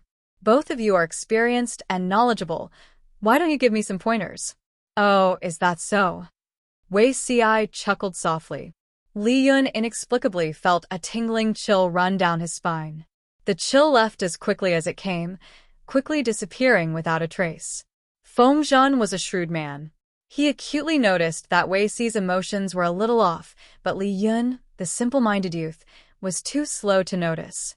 He had an idea. He tiptoed and rested his hand on Li Yun's shoulder. He teased him with a smile. "Hanmei is already a man in his 20s. He should have started a family long ago. This is a rare joyous occasion in Wanzhou. It must be a grand affair. It must be done in a lively and joyous manner." Wei Si's thoughts went astray for a moment, but Feng Zhen would not misunderstand. There were indeed a lot of bachelors in Wanzhou. Now that Li Yun was leaving the group, it was a joyous occasion. Come. Let me, an experienced man, give you a few pointers. There's no use asking Zixiao. He's still facing a big problem himself." Feng Zhen and Li Yun put their arms around Li Yun's shoulders, a mischievous smile on their faces. Li Yun subconsciously felt that Feng Zhen was unreliable, but he was not wrong. Although Feng Zhen was unrestrained, he was still a married man. He had a well-behaved, adorable, and sensible son. What about Wei Si? It was true that he was gentle and humble, but he was still a bachelor. Asking for pointers on such matters was indeed a little irrational. "Please enlighten me, Mr. Feng," Li Yun said obediently. Feng Zhen glanced at Wei Si out of the corner of his eye. He saw that Wei Si's brows were furrowed, and there was a hint of forbearance and restraint between his brows. He laughed inwardly. Men should get married when they're of age, and women should get married when they're of age. The two of you are in love with each other. This is truly a golden marriage bestowed by the heavens." Feng Zhen pretended to exaggerate, wishing that he could praise Li Yun and Sheng Wanwan to the heavens. Li Yun, an unmarried young lad, blushed and was so embarrassed that he didn't even know where to place his hands. Feng Zhen even said, "Hanmei, listen to me. You only need to run to the Lord and express your sincere and passionate feelings to the person you love. Believe me, no woman in this world can resist such a passionate and unrestrained confession." Li Yun was so embarrassed that he felt as if smoke was about to come out of his head. He had also said implicit words of love to Sheng Wanwan before, but he had never said them so bluntly. Who would have thought that Mr. Feng, who appeared to be a debauchee, was actually a passionate person? His petite body hid a bold and unrestrained soul. Li Yun said shyly in a low voice, "Isn't this too offensive? I'm afraid that Lord will despise me and say that I've offended a beauty." Feng Zhen laughed and said, "What are you afraid of? A chaste woman is afraid of a clingy man. She might say you're rude, but who knows how shy and happy she is in her heart." Li Yun was about to nod when he heard Wei Si reprimand him while suppressing his anger. How rude! How impudent! Li Yun was stunned. He turned to look at Wei Si, but all he could see was the other's back as he turned to leave and his wide sleeves fluttering in the wind. This, Mr. Wei, this is... Once a mild-mannered person got angry, the scene was rather frightening. Even though Li Yun was valiant and brave, he was also shocked at this moment. He didn't know how he had angered the other. Feng Zhen restrained the emotions in his eyes and the corners of his mouth curled up slightly, revealing a profound smile. Li Yun muttered, "Mr. Wei has always been self-restrained and polite." Mr. Feng's words just now must have displeased him. Indeed, such a solemn event as a marriage proposal should be carried out with respect and not blindly guided by Mr. Feng. Feng Zhen heard Li Yun's mutterings and scoffed lightly. He said, "Concern leads to confusion. Even he, Wei Zixiao, is no exception." Li Yun continued to be confused, not understanding what Feng Zhen meant. Feng Zhen saw that his brain wasn't working properly and gave him a loving look, as if he was looking at his own silly and adorable son. "If you don't understand, then don't think too much. It's useless even if you understand. Since the Lord has already agreed to your marriage with Wan Yangzi, and Wan Yangzi has feelings for you, you just need to follow the old tradition of the 3 letters and 6 rites and do it step by step. I'll be waiting to drink your wedding wine." Li Yun was dejected. After going around in circles, Feng Zhen still hadn't come up with any good ideas. After easily dismissing Li Yun, Feng Zhen was so worried that he paced in circles 3 times. Feng Zhen knew that with Wei Si's brain, even if his IQ went offline, it would only be for a short period of time. Once Wei Si had time to calm down, he would definitely realize that he had made a mistake. Thinking of this, Feng Zhen hurriedly chased after Wei Si and shamelessly went to his house. "I didn't expect this. I didn't expect this." Feng Zhen hadn't even entered the main hall, but he was already filled with excitement, as if he had discovered a new continent. Didn't expect what? Wei Si had been back for a while. He knelt near the table and stared coldly at the boiling tea stove. He already knew that Feng Zhen would come, but he was secretly annoyed at himself for not being patient enough to have such a stupid misunderstanding. "I really didn't expect that you, Wei Zixiao, would have such thoughts about your lord." Feng Zhen lightly slapped the table. The sound wasn't loud, but it was enough to make one's heart tremble. When Wei Si heard this, he suddenly raised his head. His ink-black eyes contained an undisguised sharpness. "Sure, you can eat whatever you want, but you can't say whatever you want. When did I ever have any disrespectful thoughts about my lord?" Feng Zhen had a smile on his face as he sat beside Wei Si. Just disrespectful thoughts. Feng Zhen wouldn't let this opportunity slip by. It was rare to see Wei Si being forced into a corner. No matter what, he had to enjoy it. He said aggressively, "No matter who it was, when they first heard that Han Mei wanted to propose marriage to my lord, the first thought that came to mind was that he wanted to propose marriage to my lord and marry Shangguanwan. But you're different. Your first thought was that Han Mei wanted to propose marriage to my lord and marry her. Do you think it's reasonable to say that you don't have any other thoughts about my lord?" Wei Si opened his mouth. His secret thoughts had been exposed by Feng Zhen, and for a moment, he didn't know how to refute. His glib tongue that flowed like a river didn't have any effect on him at all. Absurd. He could only spit out these 2 words. Feng Zhen, who had been imposing just a moment ago, raised his hand and put it around Wei Si's shoulder the next second, looking like a good brother. "My lord isn't married, and you aren't either. Isn't it normal to have such thoughts?" Feng Zhen said. "Why are you so secretive about it? Look, you almost scared the little angel Han Mei just now." Wei Si raised his hand and brushed Feng Zhen's hand away. His expression was dark and solemn, and he looked at Feng Zhen with even more vigor. "How can a person like my lord be disrespected so easily?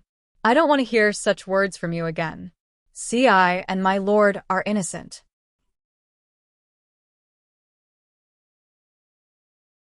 Chapter 867. Wei Si said, "My lord, you have yet to succeed in your hegemony. You should not be hindered by this kind of love affair." At this moment, Feng Zhen made an inelegant gesture of using his little finger to pick at his ear, directly outsmarting Wei Si. "Did you hear that right? According to Zixiao's meaning, doesn't that mean that the lord and you are a couple and have an affair?" Feng Zhen looked as if he had discovered a new continent. He said, "Just now, I only said that you secretly admired the Lord, but I never said how the Lord reacted to you. Why is it that you and the Lord are in love with each other? Could it be that there's more to it? Wei Si's face paled. He realized in hindsight that he had been tricked by Feng Zhen and was furious. If not for his good upbringing, he would have long lost control of his impulse and kicked Feng Zhen out of the house. You have a beautiful face and a charming body. You deserve to be loved by others. For example, Xinhua, don't you have many women in your boudoir? There was a hint of slyness in Feng Zhen's eyes as he admired Wei Si's fairy-like face with great interest, revealing the annoyance and shame that only a mortal man could have. He continued, "My lord is not an ordinary woman, but she is also a person of flesh and blood. Outstanding women were chased by men, and outstanding men were chased by women. This was a matter of course. The pavilion closest to the water enjoys the moonlight first. Taking advantage of the fact that no one has an advantage over you, it's better to make a move early than later when she has her eyes on someone else. The only thing is that I'm afraid only you can marry a woman like Lord." Wei Si. After a while, Wei Si squeezed his molars and squeezed out a sentence. "Prodigal Feng Zhen, your words and actions really live up to your nickname." When Wei Si flared up, Li Yun would be frightened, but not Feng Zhen. "I'm just teasing you. Why are you so serious?" Feng Zhen curled his lips in an unrefined manner. He said, "My lord is currently 18 years old. In another 2 years, he should be thinking about marriage. Do you really think that she is an immortal banished from the heavens, living in the wind, eating and drinking dew, with no distractions in her heart and no emotions?" Taking 10,000 steps back, Zishao had placed his lord on a pedestal, but had he ever thought of an heir? I will have to face this problem one day. As an outsider, Feng Zhen naturally saw things more clearly than Wei Si. He could also tell that Wei Si did not treat Jiang Pingji as his lord. He clearly worshipped her as a god. Who knew that the gods in Wei Si's eyes were ultimately just mortals with flesh and blood? Feng Zhen's words calmed Wei Si's raging flames for a while. "Carrying on the family line is a common human thing," Wei Si said dejectedly. "I have never had any improper thoughts towards my lord." It was Feng Zhen's turn to be confused. Adoration was adoration. What was there to avoid about it? Wei Si was about to drown in a jar of vinegar over the blunder just now, but now he refused to admit it. How is this a man who is so bashful? She was clearly a little princess. Feng Zhen said angrily, "I really don't know what you're conflicted about." He said to Feng Zhen, "There are some things you won't understand until the time comes." With his previous life's experience, Wei Si knew that this matter was not as simple as love between a man and a woman. It involved many entanglements of interests. If his lord was not the final victor and was destined to fail, what was wrong with Wei Si going all out and confessing his feelings? But he knew that was impossible. His lord would definitely win, and she would create an unprecedented golden age for all the people in the world. Wei Si did not want to be a stain on her reputation and give those gossipy people a reason to attack her. If possible, he hoped that he could stand by her side and quietly sweep away the pebbles for her so that she could walk more steadily. Feng Zhen wanted to tease him a little more, but he saw Wei Si's deep frown. The pain on his face did not seem fake, so he could only stop. He was a prodigal son. How could he understand the principle that the more Wei Si liked and admired, the more he dared not approach? It won't be you. It will always be someone else. Feng Zhen folded his hands into his sleeves. Every word he said was like a knife stabbing into Wei Si's heart. Just now, Han Mei only made a slip of the tongue, and you're already so jealous. When the nightmare comes true, Tiske Peske, Feng Zhen added, "Why can't you understand?" Wei Si responded with silence. The prodigal son said, "I don't understand what you're worried about, but if you think about it carefully, I guess I can guess a thing or two. You're just worried about the gossip of others and the fight for the heirs in the future? It's not difficult to talk about it. Why don't you just change your surname and marry into her family?" Wei Si was speechless. To prevent Feng Zhen from going too far, Wei Si could not bear it anymore and said, "It's not just that." Feng asked, "Then what is it?" Wei Xi rubbed his brows and said, "Do you think it's possible for my lord to become the emperor?" Feng thought for a while and said, "If she can successfully get rid of the calamity of the northern borderline, my lord will be able to add 9 pebbles and become her own emperor. If she could conquer the northern borderline, plus half of Dongqing's territory, it would not be too much to make her own emperor." Wei Xi asked again, "If a woman becomes the emperor, will her husband be the ruler?" Feng instinctively wanted to reply, "Ridiculous," but he suddenly paused. Wei Xi smiled bitterly and said, "If her husband is the ruler, it will undoubtedly be the ruling family of the Empress. The country will not rule the country, and the so-called emperor will become a joke. The important officials of the court can tolerate 1 empress, but can they tolerate 2 or even 3? If the throne is passed to a prince, the fight between the empress relatives will become more and more intense. As you can see, the aristocratic families are at their peak and have military power in their hands. If a male emperor ascends the throne, the harem will become a channel for the aristocratic families to control the emperor.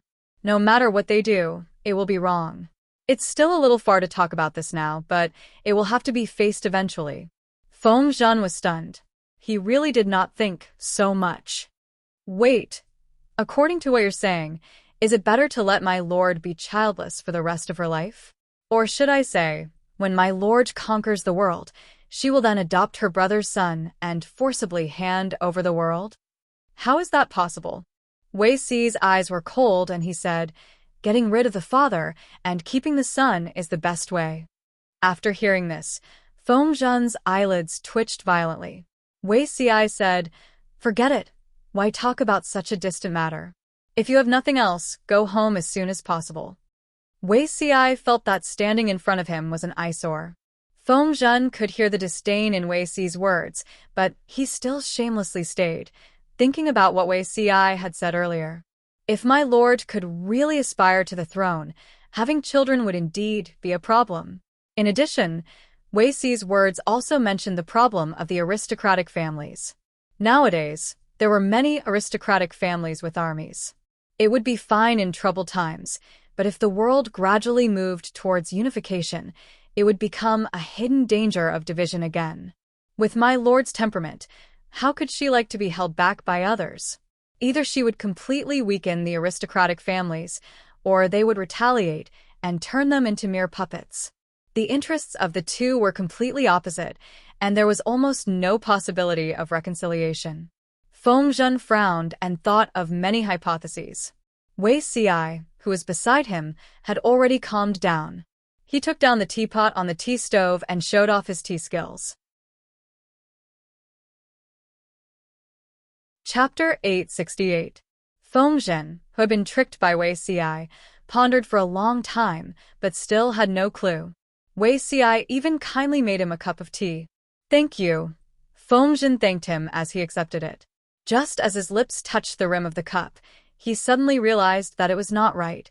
He had almost been fooled by Wei Zhixiao. She looked up and saw Wei Xi's frowning eyebrows. His eyes, which seemed to be painted black, flickered with a dense gloominess. Seeing this, Feng Zhen's heart softened. He swallowed the words that were stuck in his throat and did not continue to make things difficult for Wei Xi. "I'm tired, so I decided to stay in your residence for a while." Feng Zhen's eyes turned as another idea popped into his mind.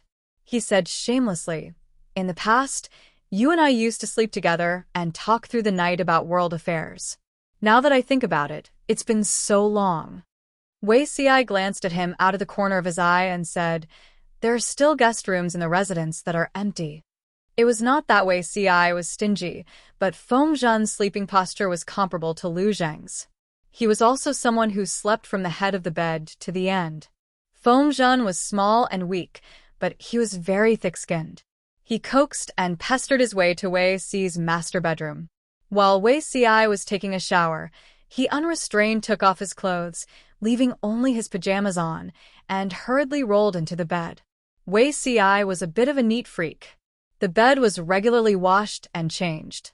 Even in this sweaty weather, The bed was still clean and tidy, emitting a fresh and natural fragrance. No matter what, it was much better than Fengzhen's doghole-like bedroom. By the time Wei Xi washed up and was ready to sleep, Fengzhen had already fallen asleep with his limbs spread out. His clothes were slightly open, and his hair was messy. He was sprawled out, taking up most of the space. The weather was still hot, and it was easy to sweat. Fengzhen did not even take a shower and just rolled onto his bed. Wei Xi thought to himself that when Fengzhen woke up, he would definitely wash this mattress 3 to 5 times. Wei Xi was wearing white pajamas and lay on his side on the other side of the bed. Drowsiness overwhelmed him, and his consciousness slowly drifted into dreamland. At this moment, Fengzhen deliberately lowered his voice and asked, "Zixiao? Dixiao? Are you still awake?" Wei Xi struggled to open his eyes and answered vaguely, "What is it?" Fengzhen said, "Speaking of sleeping together, I suddenly thought of something. You and the Lord seem to have once shared the same bed and slept together?" Wei Xi narrowed his eyes as he listened, but he was highly vigilant about anything related to Jiangpingji. When he understood the content of Fengzhen's question, he was so shocked that his entire body quivered, and all his sleepiness was gone. "Feng Zisher, if you don't want to sleep, you should go back to your house earlier." Fengzhen supported his cheek with one hand and turned sideways to look at Wei Xi. That flawless, jade-like face was now filled with complicated emotions. There was embarrassment and shock, as well as the fear of having his secret exposed. It had to be said that this greatly satisfied Fengzhen's bad taste. "No, I'm not leaving." Fengzhen shamelessly crawled onto the bed and hugged the pillow with both hands. Suddenly, his fingertips touched a roll of something. He reached out and carefully touched it, taking out the scroll. It was actually a scroll that had been carefully put away by someone. Without waiting for him to react, Wei Xi's expression changed again, and he uncharacteristically pounced on him. Fengzhen instinctively dodged and avoided Wei Xi. Relying on his agility, he ran away with the scroll. He didn't want to open the scroll, but Wei Xi's reaction was too abnormal. The precious thing on the bedside, could it be the fire-repelling painting that you usually look at for fun? Fengzhen escaped quickly and opened the painting quickly. Wei Xi was afraid to take action, so he couldn't catch up to him. Feng Zisher. Wei Xi was so angry that he took the long sword by the side of the bed and unsheathed it. Fengzhen was so frightened that his hair stood on end. Was he serious? Fengzhen quickly glanced at the contents of the painting. When he saw it clearly, he looked at Wei Xi with a strange expression. There was no other reason. The woman in the painting was none other than Jiangpingji. The woman in the painting was sleeping on a flower. The strokes were exquisite and realistic. It was completely different from the current freehand brushwork. This painting was more realistic. The woman's eyelashes were long and slender. Her eyelids trembled slightly, as if she was about to open her tipsy eyes and reveal a pair of clear, watery eyes.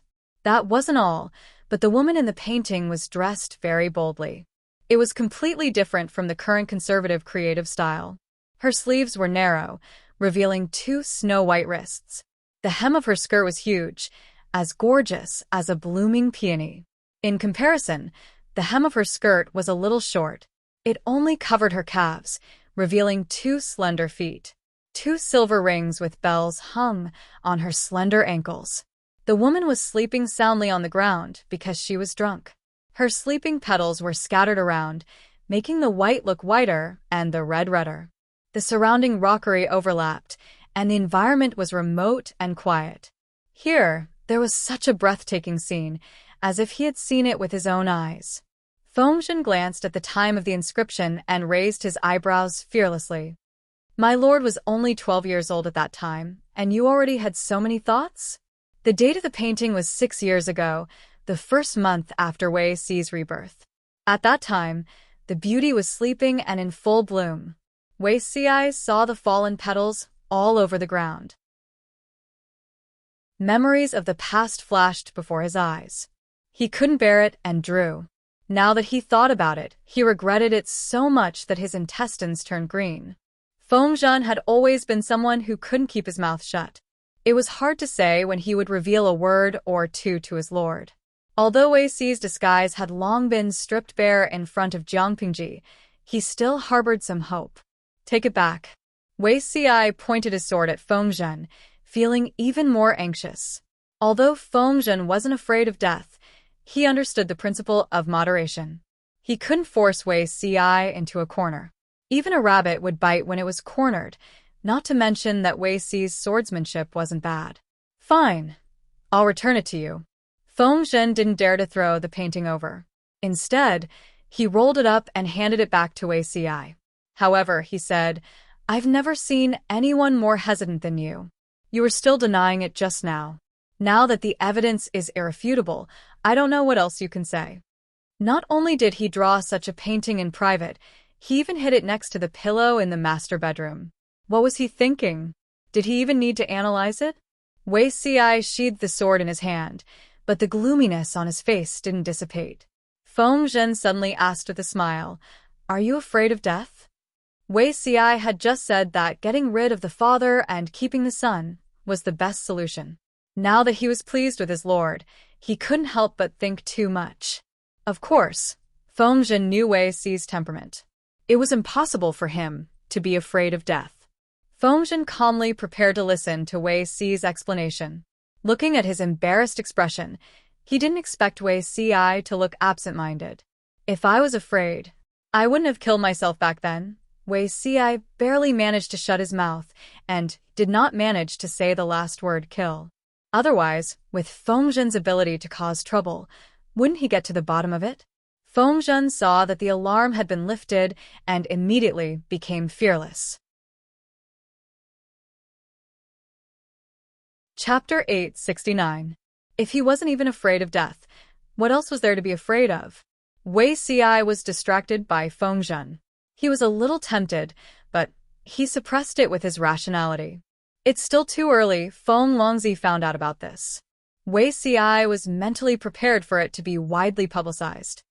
Now that the Lord's hegemony has just taken off, it's really not appropriate to consider personal relationships. If others know about this, not only will the outside world be talking about it, but I'm afraid the Lord's strategists and generals will also have other thoughts. Wei Si couldn't help but warn Feng Zhen. Feng Zhen was in a particularly good mood now that he had something on Wei Si. Is it that serious? Knowing that Feng Zhen was deliberately playing dumb, Wei Si still had to explain patiently. It's much more serious than that. The human heart was sinister, and they were not stingy with using the most despicable and sinister thoughts to speculate about others. Most of the people were ignorant. Once someone took the lead, it wouldn't take long for the affairs of the Lord and her subordinates to be spread everywhere. Open your mouth to start a rumor, but run your legs to refute it. Wei Si could totally imagine how embarrassing the unofficial history would be and how nasty the people would say it. This was just the outside world. Wanzhou would also be in turmoil because of this. Wei Si being roasted on the fire was secondary. He was afraid that some people would be indignant and think that Jiang Pingji always gave Wei Si preferential treatment.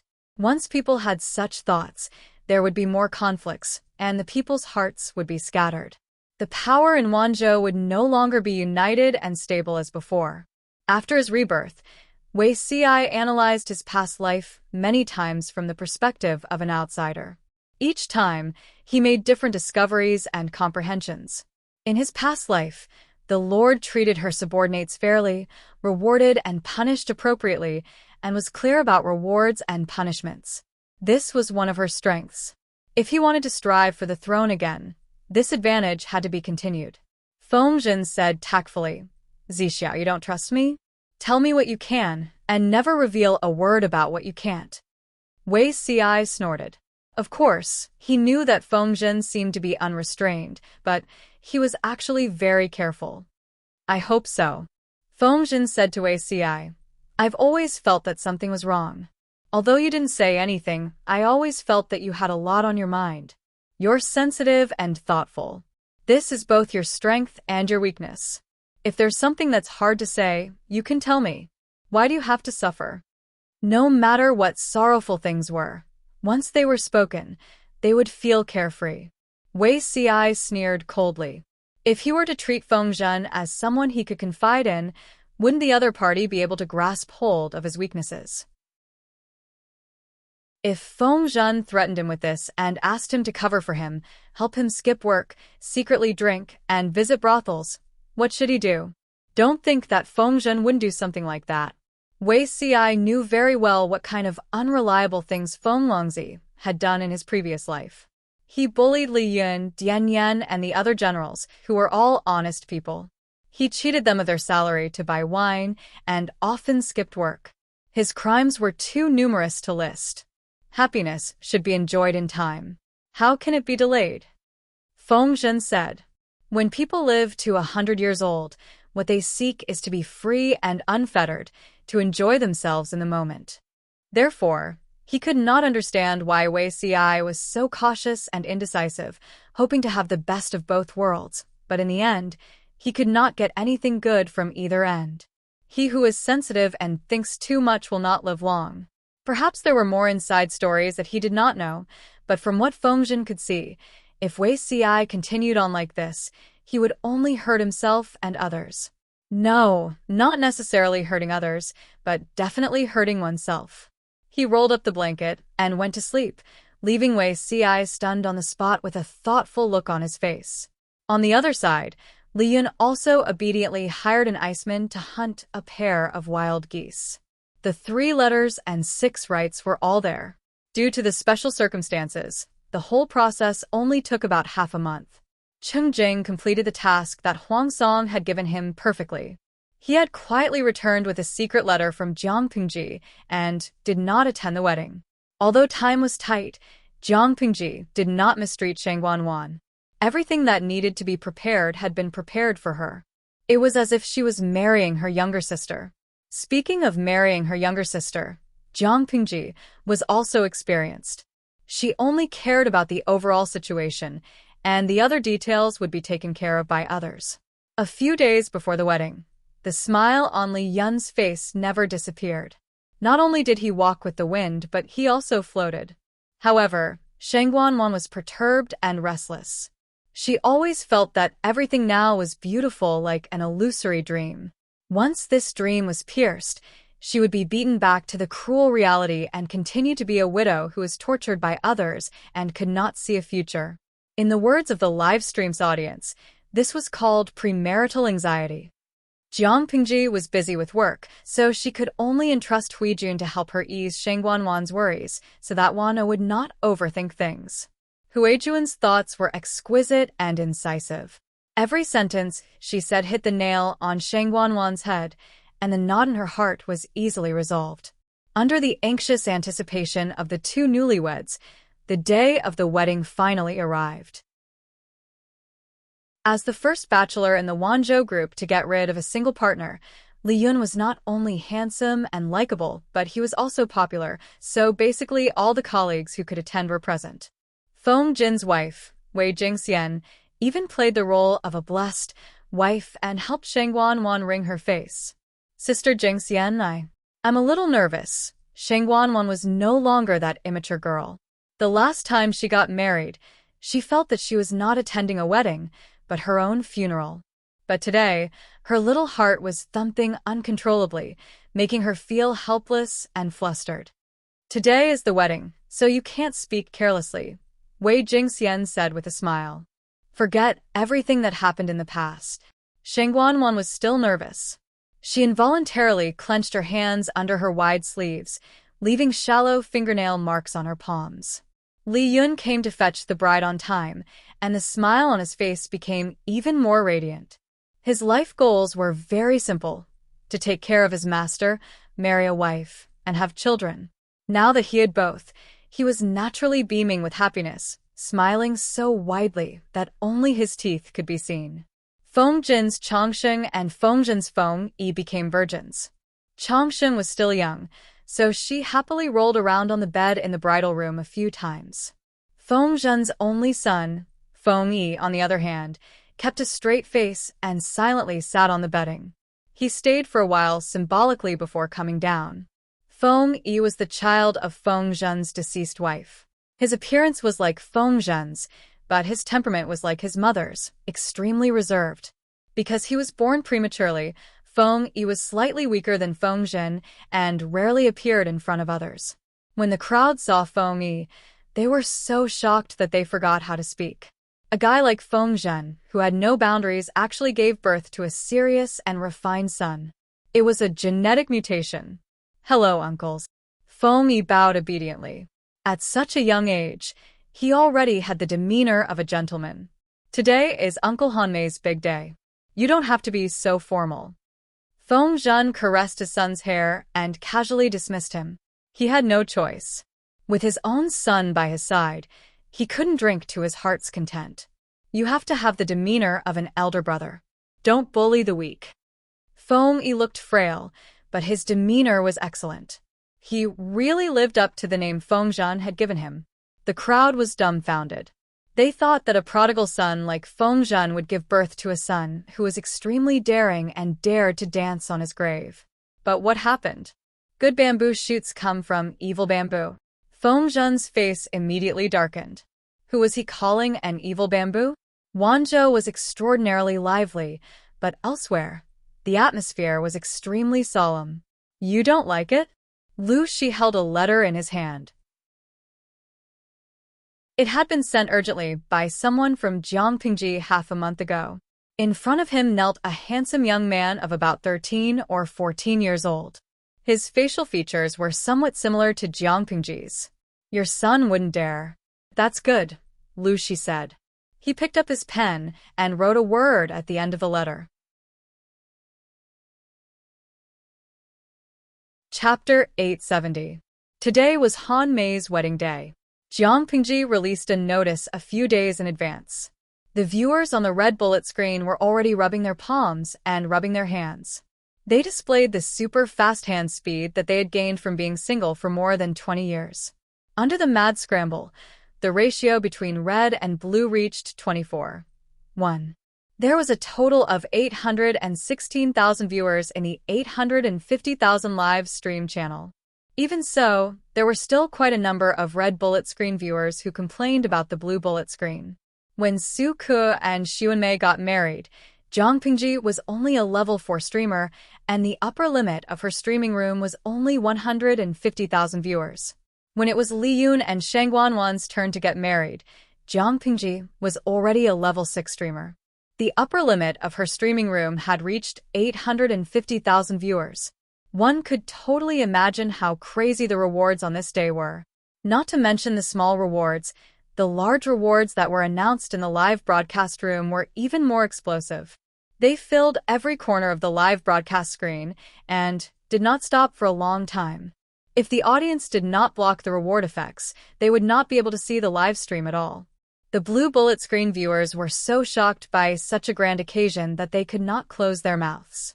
It was a wedding between two people who had nothing to do with each other, yet they did not broadcast the actual scene of the bridal chamber.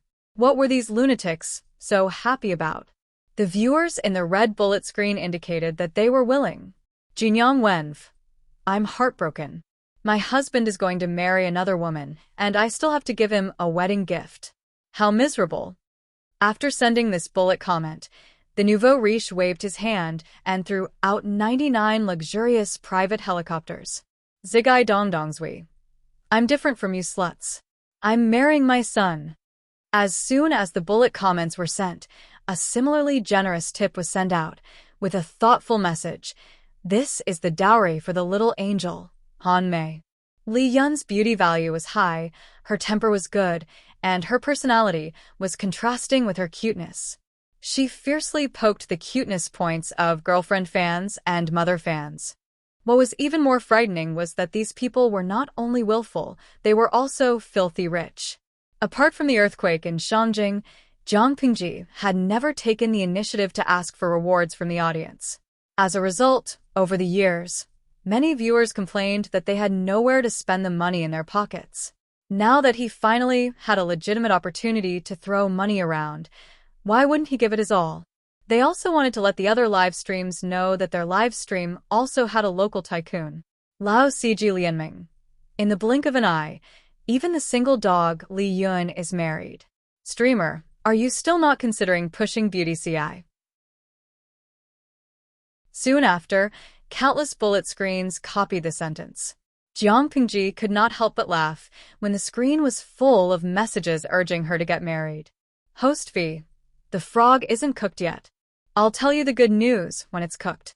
Jiang Pingji watched as the MC presided over the wedding ceremony while she chatted with the audience in the streaming room. She chose the topics that she was more interested in to answer. Sinusi. Host, you've received so many tips today. Aren't you going to consider giving Han Mei, the little angel, a raise? Host Fee. Of course I'll get a raise. I converted some of it into gold and silver for Wan Er's dowry. I even wrapped a big red envelope for Han Mei. Jiang Pingji rarely interacted with the audience. Seeing that she was in a good mood that day, many people in the streaming room spoke up enthusiastically. Hallelujah! By the way, today is Angel Han Mei's wedding. As the host, you can't just increase your salary. Host Fee. That's true, so I've prepared another super big gift pack. It's definitely a surprise. Jiang Pingji smiled mysteriously. The salted fish's curiosity was piqued. However, she kept them guessing and refused to divulge any information. The wedding this time was very different from the weddings that the audience had in mind. The most obvious difference was that the bride did not have to wait in the bridal chamber. They could change into wedding clothes and socialize with the guests together with their husbands. Jiang Pingji was chatting privately with the audience when two newlyweds came to her and toasted.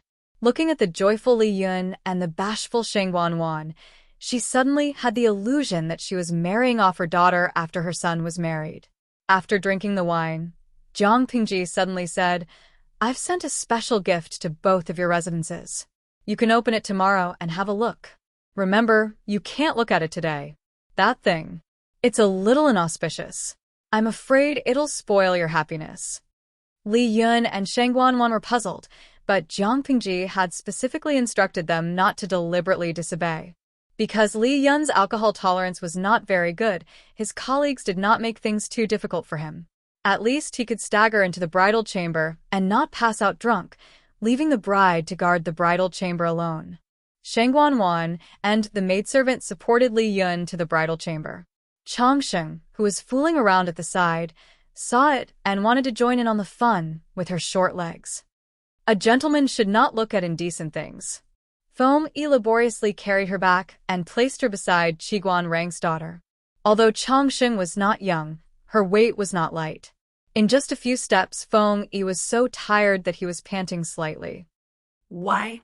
Foam said matter-of-factly, because I'm a gentleman. Compared to the lively and active Changsheng, Qiguan Rang's daughter was much quieter. She did not like to speak and was a little shy. What is a gentleman? Changsheng could speak coherently now, but her pronunciation was not very clear. Not doing things that should not be done. Foam lifted his eyelids slightly and glanced at Changsheng's plump and fleshy face. He wanted to pinch it, but he restrained himself. Feng Zhen, who was standing at the side, could tell what his son was thinking. He pinched Changsheng's cheeks in front of his son, causing Feng to widen his eyes. There was some rebuke in his eyes. Take good care of the two little sisters. Feng Zhen was satisfied to see the change in his son's expression. It was much livelier than before. Wei Ci saw the interaction between the father and son and shook his head in amusement. After laughing, there was some worry in the bottom of his eyes. If he remembered correctly, Feng Zhen's only son, Feng Yi, died before he was 10. Speaking of the reason for Feng Yi's premature death, it was rather sad. At that time, Feng Zhen was already in his 30s. He listened to the instigation of others and mistakenly believed that Hanshi powder had the effect of strengthening the body and bones. One time, the powder acted up and was accidentally seen by Feng Yi. Feng Yi was young and did not understand. He thought that Feng Zhen was seriously ill and was at death's door. He panicked and hurriedly went to find a doctor, who knew that the ground was covered with dense moss. When Feng Yi ran, he accidentally fell and slid into the pond in the courtyard. Feng Yi was a premature baby, and his physique was much weaker than his father's. It was still early spring then. The cold wind blew, and the pond water was bone-chilling. Feng Yi suddenly fell into the water and naturally fell sick. The illness went deep into his lungs. In less than 2 days, he died prematurely. Now, Feng Zhen had already quit using Hanqi powder. Maybe Feng Yi could grow up smoothly? However, if Feng Yi grew up smoothly, would Feng Zhen still have the idea of remarrying and giving birth to Feng Yu with a second wife? Without Feng Yu, wouldn't there be one less trustworthy person to assist Jiang Yan? Speaking of which, Feng Yu could be considered his son-in-law in his previous life. Perhaps he had too much to drink. Wei Ci muttered something. It was coincidentally heard by Feng Zhen, who had sharp ears. What Feng Yu? Wei Ci was already 80 to 90% drunk. He said, "Don't let your Feng Yu harm my Yan Er." Feng Zhen laughed. Who is Feng Yu? Who is Yan Er? Wei Ci said, "Your son, my daughter." Feng Zhen. Chapter 871. Keske, daydreaming isn't considered a skill. If you're really capable, you should express your feelings to the Lord. Feng Zhen shook his head and pushed the drunk Wei Ci to the side, continuing to drink with the others. On the other side, the newlyweds in the bridal room were so nervous that their palms were sweating. The two of them drank the nuptial wine, not daring to look at each other for a long time, as if one more look would set them on fire. Shangguan Wan stammered to find a topic, suddenly remembering Jiang Pingji's mysterious gift.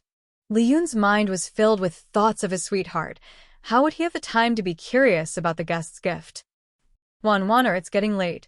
Why don't we rest early? Every minute of the night was worth 1,000 pieces of gold. It couldn't be wasted. Okay. Her voice was like the buzz of a mosquito, as light as a swan feather, but it was heavenly music to Li Yun's ears.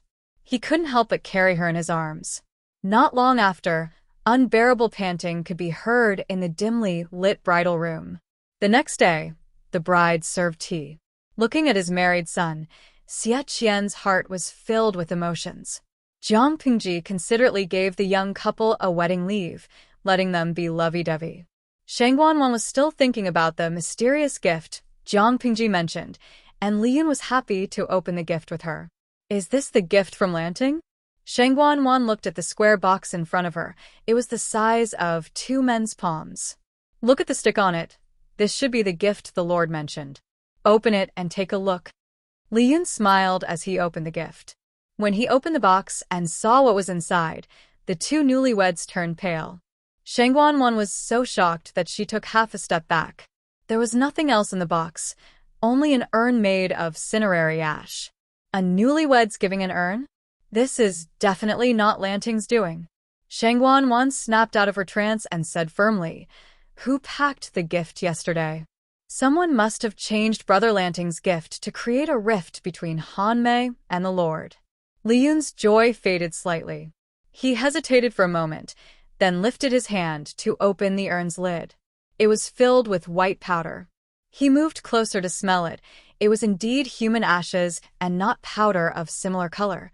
Who was so evil? Han Mei, there's a note here. The paper was made of high-quality Xian paper.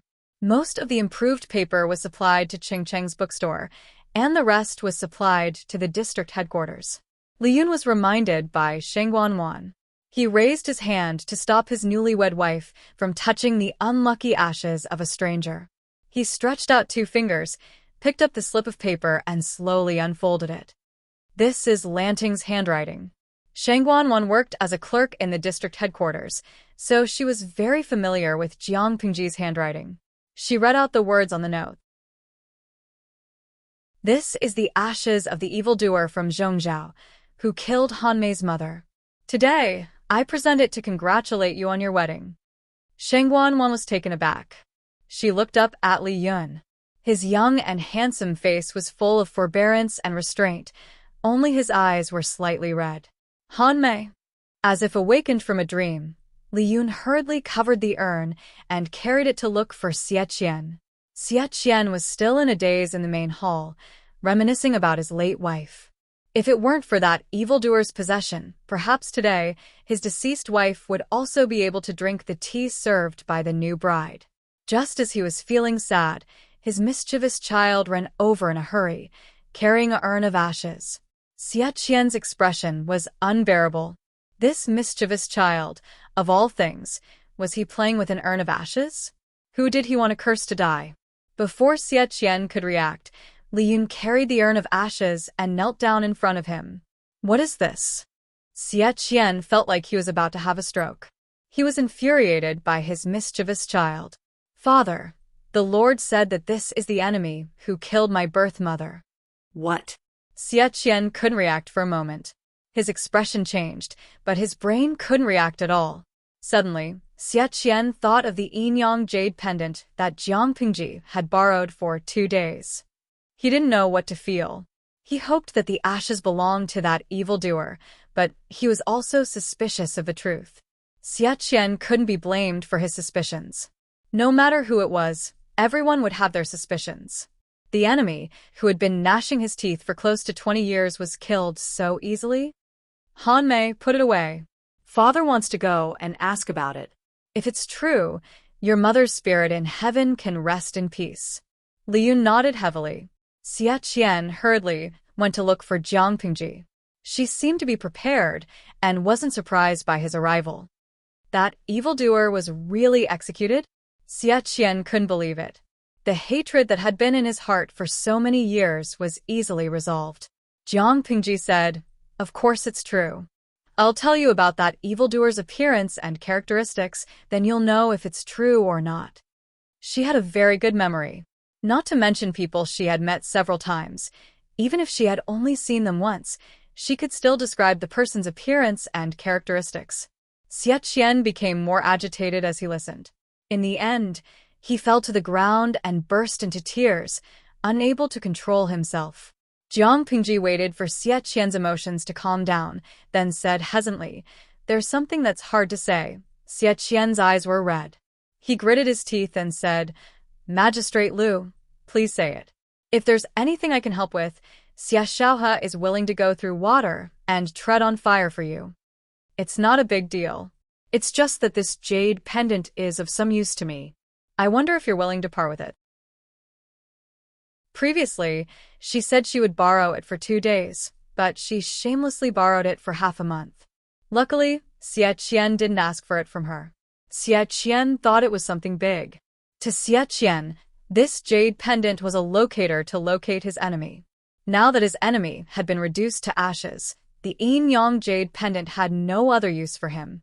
Jiang Pingji asked him for this useless jade pendant. Of course, he wouldn't refuse. Thank you. This thing is of great use to me. As for what use it was, Jiang Pingji didn't reveal anything to Xie Qian. As a considerate lord, Jiang Pingji gave Li Yun and his wife half a month off from their wedding. It wasn't until Chongzhou sent an urgent letter that she summoned Li Yun and Shang Guanwan back. At that moment, Wei Xi had already returned to Shangjing to continue supervising the construction of the provincial government. Jiang Pingji summoned all the people who were left behind to the government office and announced something to them. Father plans to retire behind the scenes. I'll take over Chongzhou and Hu County. When Shiguan Rang heard this, he stopped waving his feather fan. His lord's efficiency was indescribable, but he looked around and couldn't bear to look straight at the scene. He moved his feather fan higher and blocked his eyes. The group of military officials looked confused.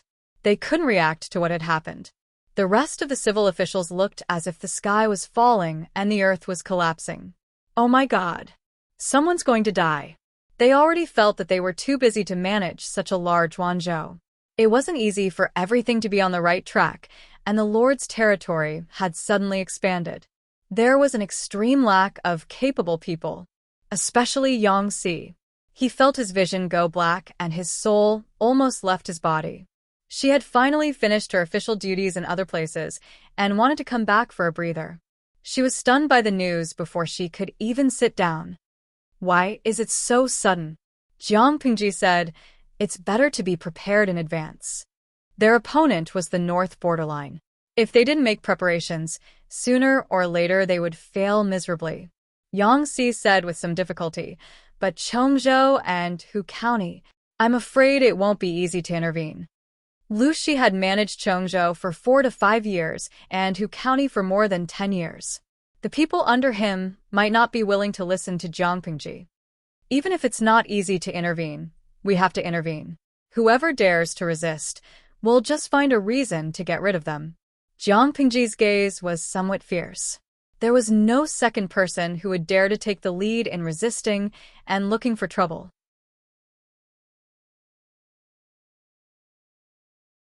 Chapter 872. He felt a toothache. How did he end up with such a lord? Rhe grumbled in his heart, but did not show it on his face.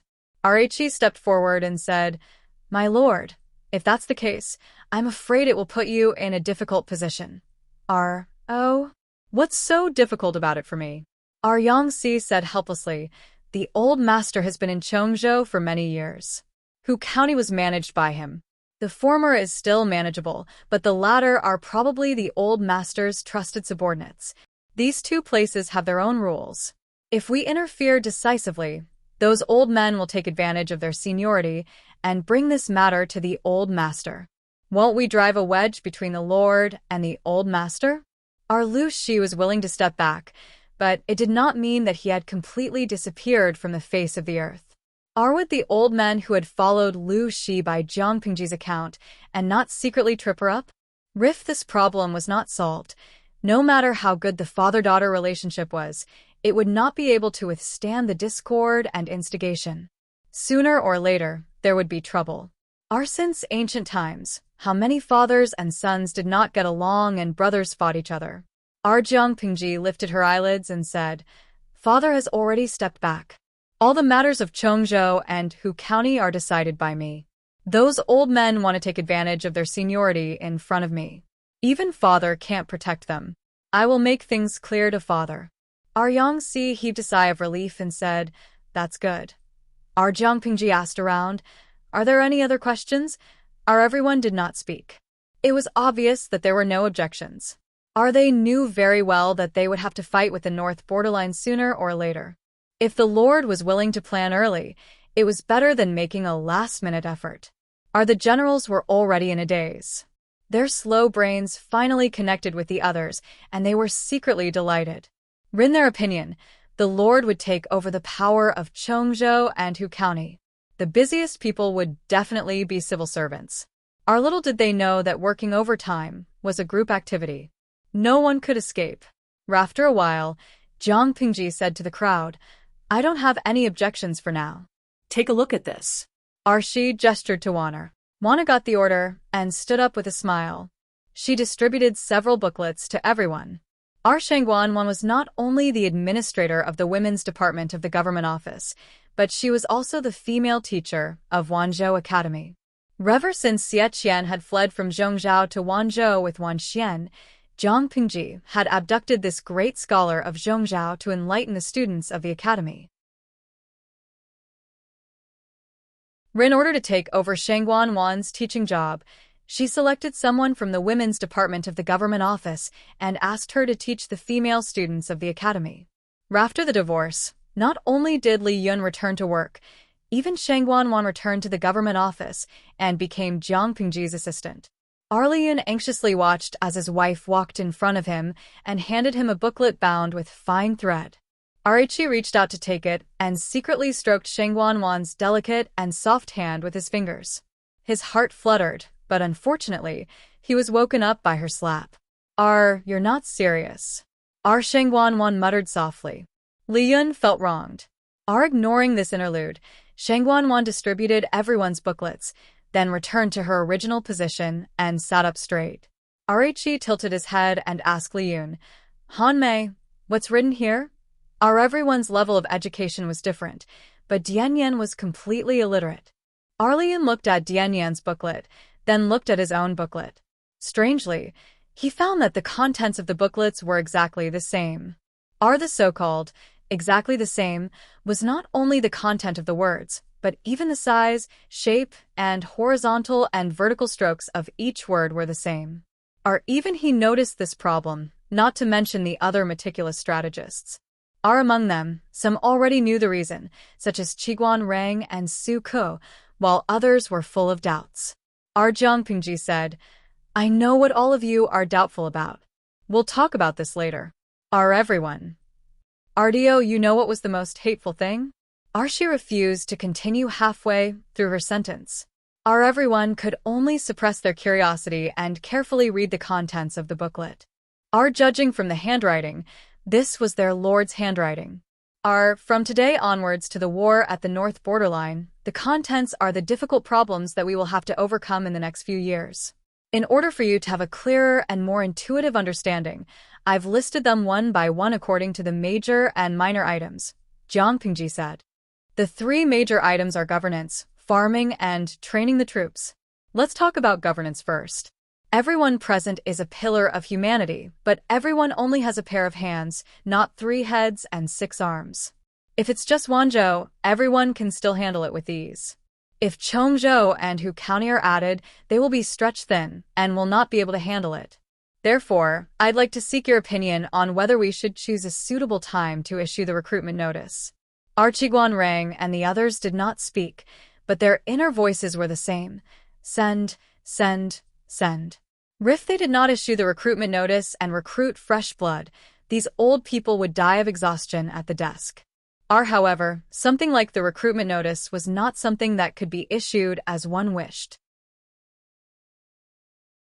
If the contents of the recruitment notice were not satisfactory, the scholars of the world might not be willing to buy it.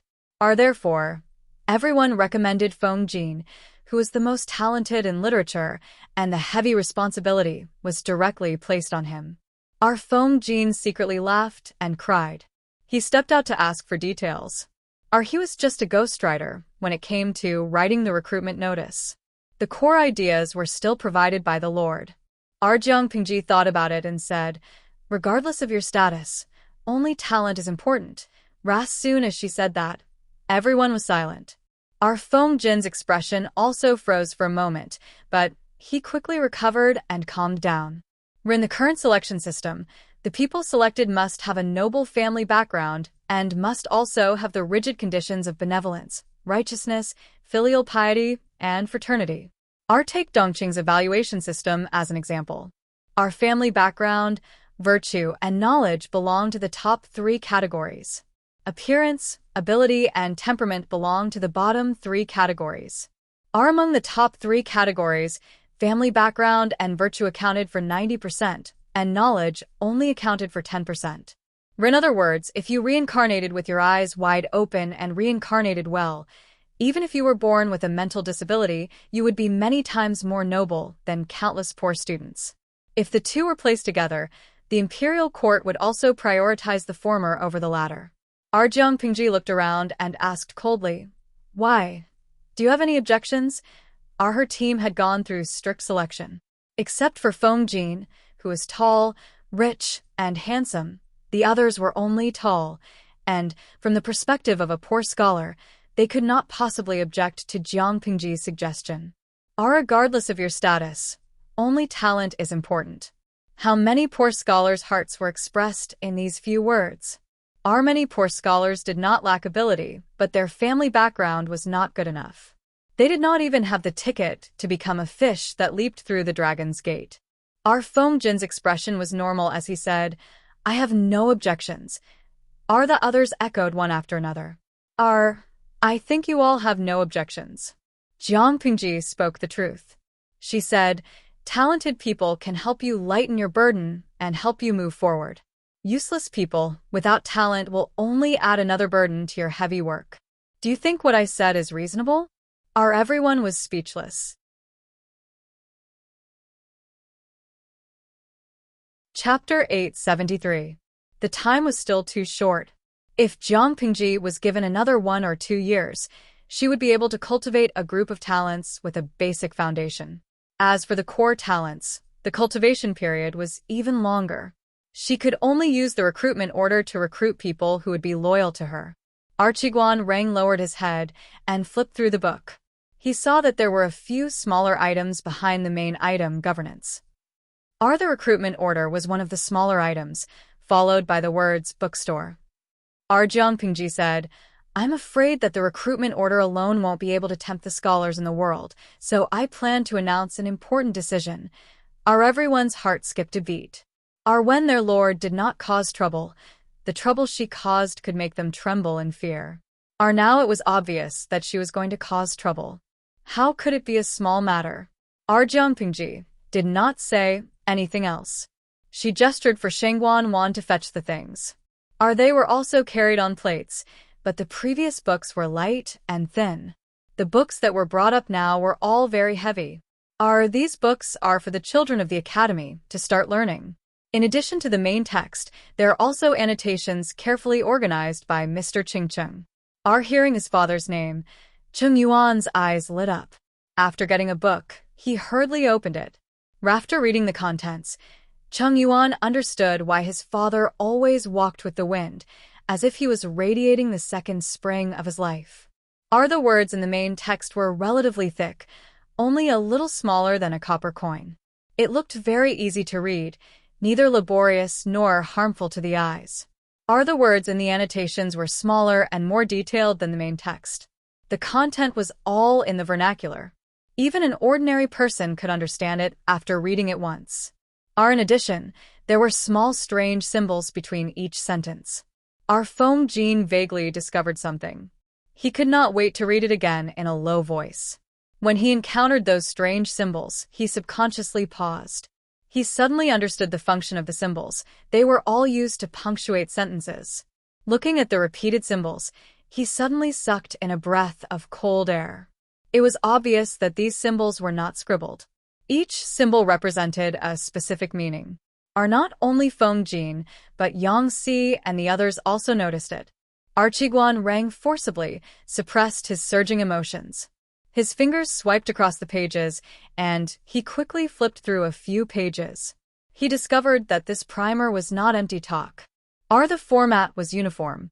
It could be 3 words in a sentence, or 4 words in a line. It was easy to read. The text was popular, easy to read, and easy to remember. It included common sense, traditional sinology, historical stories, and positive life principles.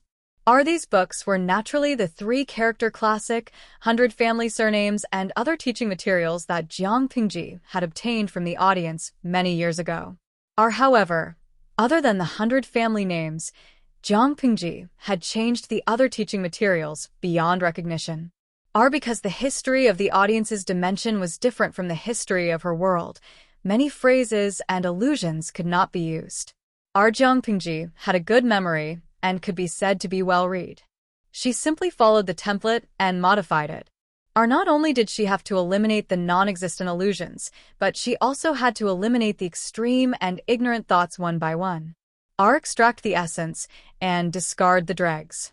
After some major changes, she also added a lot of content about this world, such as the deeds of Su Gong of the previous dynasty. She gave the draft after the major changes to Cheng. Cheng read it and was so excited that he could not control himself. He made a second major change to the teaching materials. Taking the 3-character classic as an example, the original version of the teaching materials had more than 1,100 words. After Jiang Pingji and Cheng worked together to make major changes, it was expanded to 3,656 words. Cheng even asked the Zhongzhou great scholar Wan Xian to annotate it and clarify the meaning of each sentence. After some changes, the first edition of the basic teaching materials had a total of 21 books. After a cursory look, there was only one thought in everyone's mind. This set of books was enough to make people go bankrupt, right? Don't think that they were exaggerating. If Jiang Pingji did not play around with rice paper, going bankrupt would be considered a light punishment. Nowadays, the mainstream writing materials were mainly bamboo slips. The more extravagant people used silk books, and the more extravagant people used bamboo paper. In fact, before the appearance of bamboo paper in Hejian, the nobles and gentry used the valuable Kai-Ho paper. Bamboo paper was technically improved on the basis of Kai-Ho paper. It was by no means the first. Otherwise, how could Gu Min keep such a precious paper-making technique? Our bamboo paper had a material limitation and was difficult to mass-produce. Jiang Pingji's rice paper was made from sandalwood. The rice paper produced was better than what the audience had imagined. As for sandalwood, it had a strong vitality and a short growth cycle. After the sapling was planted, it could be used as raw material for rice paper in 2 or 3 years. Chongzhou was full of sandalwood. This was one of the reasons why Jiang Pingji asked Lu Shi to go to Chongzhou. In other words, the value of this set of books was far less than what everyone had imagined. After everyone had roughly looked through it, Jiang Pingji said, "This set of books will be the teaching materials for the Academy's students to use in the future." No one had any objections. Only Dian Yan had one. My lord, can I also go to the Academy to study for a few days? Dian Yan worked hard to learn words, but learning was not something that could be seen in a day or two. He still had to train his troops and did not have much time. However, seeing such a large set of books, he felt that he had to squeeze some time to learn even if he did not have time. He wanted to keep this set of books properly and pass it down as a family heirloom. Jiang Pingji smiled and said, "There is no end to learning. Deputy Captain Dian has such an ambition. Naturally, it is worth encouraging." Dian Yan blushed slightly. He secretly decided that he would not let his lord down. She continued, "This set of books is not only for the students to use as a starting point, but I also plan to use it as a gift to the world's famous scholars." Archiguan Rang glanced at the contents of the title page of the 3-character classic and immediately understood his lord's intention. He could not help but smile. The title page was very clean.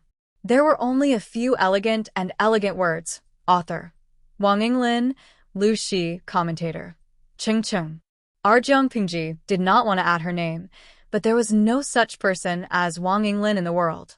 She could not clearly say that Wang Yinglin was the original author of the 3-character classic. In order to shut everyone's mouths, after some hesitation, she could only say that she had met this person by chance and obtained inspiration from him. The other teaching materials for beginners were handled in the same way. Archiguan Rang had to admit that his lord was a person with great courage. This set of books was given to the world's famous scholars, not for anything else but for one thing: to create momentum. Once the world's famous scholars approved of it, this set of books would be pushed to the altar. Similarly, those who left their names on this set of books would be pushed to the altar. They would truly become gods in one fell swoop. What did the world's scholars desire the most? It was only fame and fortune. The so-called famous scholars, in layman's terms, were those who had fame but did not become officials. Among this group of people, some were truly noble and had unquestionable integrity. They did not want to become officials. Some wanted to become officials, but did not have the qualifications. They could only find another way to make a name for themselves. As long as they had a reputation, there would naturally be people coming to claim them. Once they accepted the claim, they would enter the official career. However, being an official was only a temporary pleasure. How could it compare to writing books and becoming famous throughout the ages?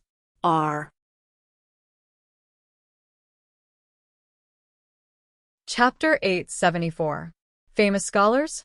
Except for a few people who saw through Jiang Pingji's plan, everyone else felt their hearts ache. This set of books was definitely a treasure that was hard to find. It was more than enough to be a family heirloom. Their lord was rich and overbearing.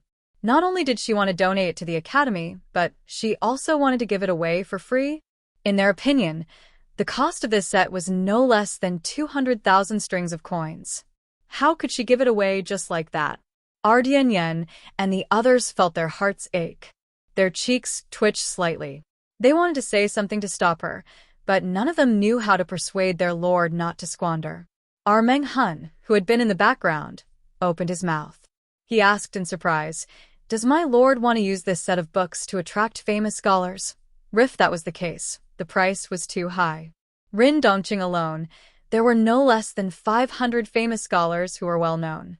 If everyone was given a set, according to the sky-high cost of 200,000 strings of coins, wouldn't the lord suffer a huge loss?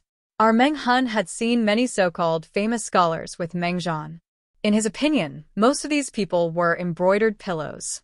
They looked good but were useless. They had nothing to do all day. They gathered together to sing praises, grieve for the coming of spring, and pretend to be coy. They obviously wanted to be an official, but they pretended to be aloof and arrogant. To be honest, they were not good at other things, but they were eloquent and good at gossiping. RTO put it bluntly, many of these famous scholars were more like celebrities. Their ability to get things done left people in the dust. However, did the Lord need such embroidered pillows? Jiangpingji laughed and said, "It's just a set of books. How can it attract all the famous scholars in the world? This is just a stepping stone." In Jiangpingji's opinion, the group of famous scholars was a publicity platform. This set of rudimentary books was in their hands. Through their mouths, it would spread at the fastest speed. However, this was only the first step of Jiangpingji's plan. Just a stepping stone? Meng Hun's heart trembled. Of course. Famous people have their own pride. Ordinary things can't move them. Jiangpingji smiled maliciously and said, "We don't need to spend a lot of money. We just need to send them these beginner's textbooks. Smart people will know what to do." Everyone was speechless. This set of teaching materials were all made from the incomparably precious fine Xian paper. There were 21 books in a set, which was far more expensive than gold and silver. Not only was his master a prodigal, but she was also not very good at arithmetic. The generals were heartbroken. Only a few civil officials remained unmoved. Qiguan Rang smiled and said, "My lord is right. If this primer could be put into practice, it would be able to teach all the students in the world, and they could be called the teachers of the world. Not only will his name spread far and wide, his name will also be immortalized for generations to come." Arichi purposely emphasized the last sentence. After the general heard this, he vaguely understood, and his complexion became much better. From ancient times till now, only Kong Sheng could be called a teacher of all ages. From then on, all scholars set this as their highest goal in life, but who succeeded? Revan, the world-famous teacher, Master Yuanjing, who taught many students and whose literary name spread throughout the 5 countries, was still not qualified. If this set of beginner's textbooks could be truly perfected and enlighten the people, those who left their names in it were destined to be immortalized for generations to come. Smart people could see the great wealth hidden in it, but stupid people would think it was just children's books. Jiangpingji gave this set of books to the scholars not only to advertise herself, but also to tell them that there was a cake in Wanzhou. This is only the first step. We need to attract talented scholars of virtue and prestige to come and compile the teaching materials together. Jiangpingji smiled and said, "I have a second step here. Which scholar in the world doesn't want to write books? It's just that they don't have the means to do so. How many precious manuscripts have been lost? I have an idea. When we send out the teaching materials, we will announce to the world that we are willing to open the bookstore to publish books for scholars. There will be 20 copies of each book. As a reward for publishing the books, the bookstore will keep 10 copies of the samples. If you don't want to keep the samples, you can only pay for it yourself." This idea could be said to be bold. As soon as she said this, the civil officials, who were originally calm, could not stay calm. This was not something else. It was publishing a book. Which scholar in the world didn't want their ideas and crystallization to be passed down to future generations? If beginners' textbooks could attract famous scholars to join, then writing books could attract the hearts of countless knowledgeable scholars from poor families. At a time when the aristocratic families monopolized the market, the cake that Jiangpingji threw out was too attractive. It would definitely make countless scholars fight to the death for it. Revan, though Feng Jin and the others were mentally prepared, when they heard Jiangpingji's words, their hearts still could not help but beat wildly. Everyone said, "My lord is very kind."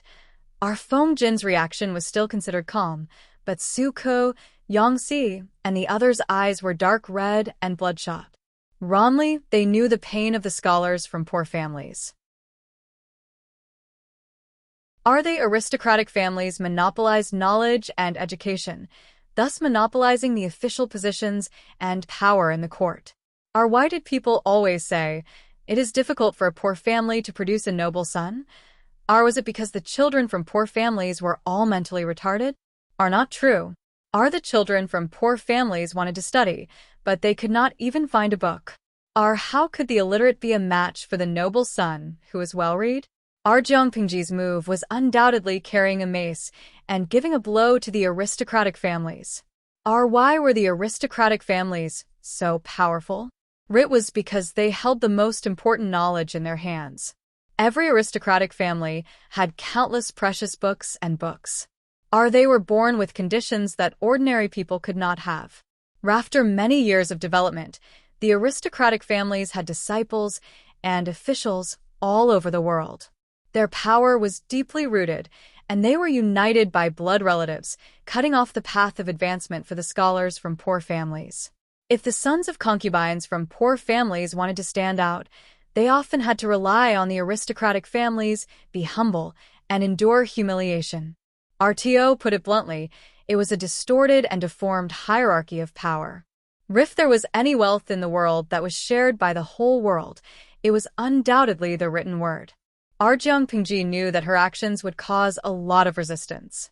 Perhaps it would even cause the aristocratic families to group together and attack her. But this was not important. When Yang Si thought of this matter, his heart sank. Rhe said hesitantly, "My lord, should we postpone this matter? If it is suddenly spread, I am afraid it will cause controversy among the scholars in the world." Yang Si did not want Jeongpingji to be hurt because of this. If she fell, there would be no hope for the poor families. Jeongpingji sneered and said, "Then let them talk. A dog that bites doesn't bark, and a dog that barks doesn't bite. Your lord is rich. I am willing to be a sucker and publish books for others. Why should they be jealous? I have discussed this matter with Mr. Ching Chung many times and have already set a general plan. In addition to the first two steps, I have a third step, which is to set up a book club that is free and open to the public."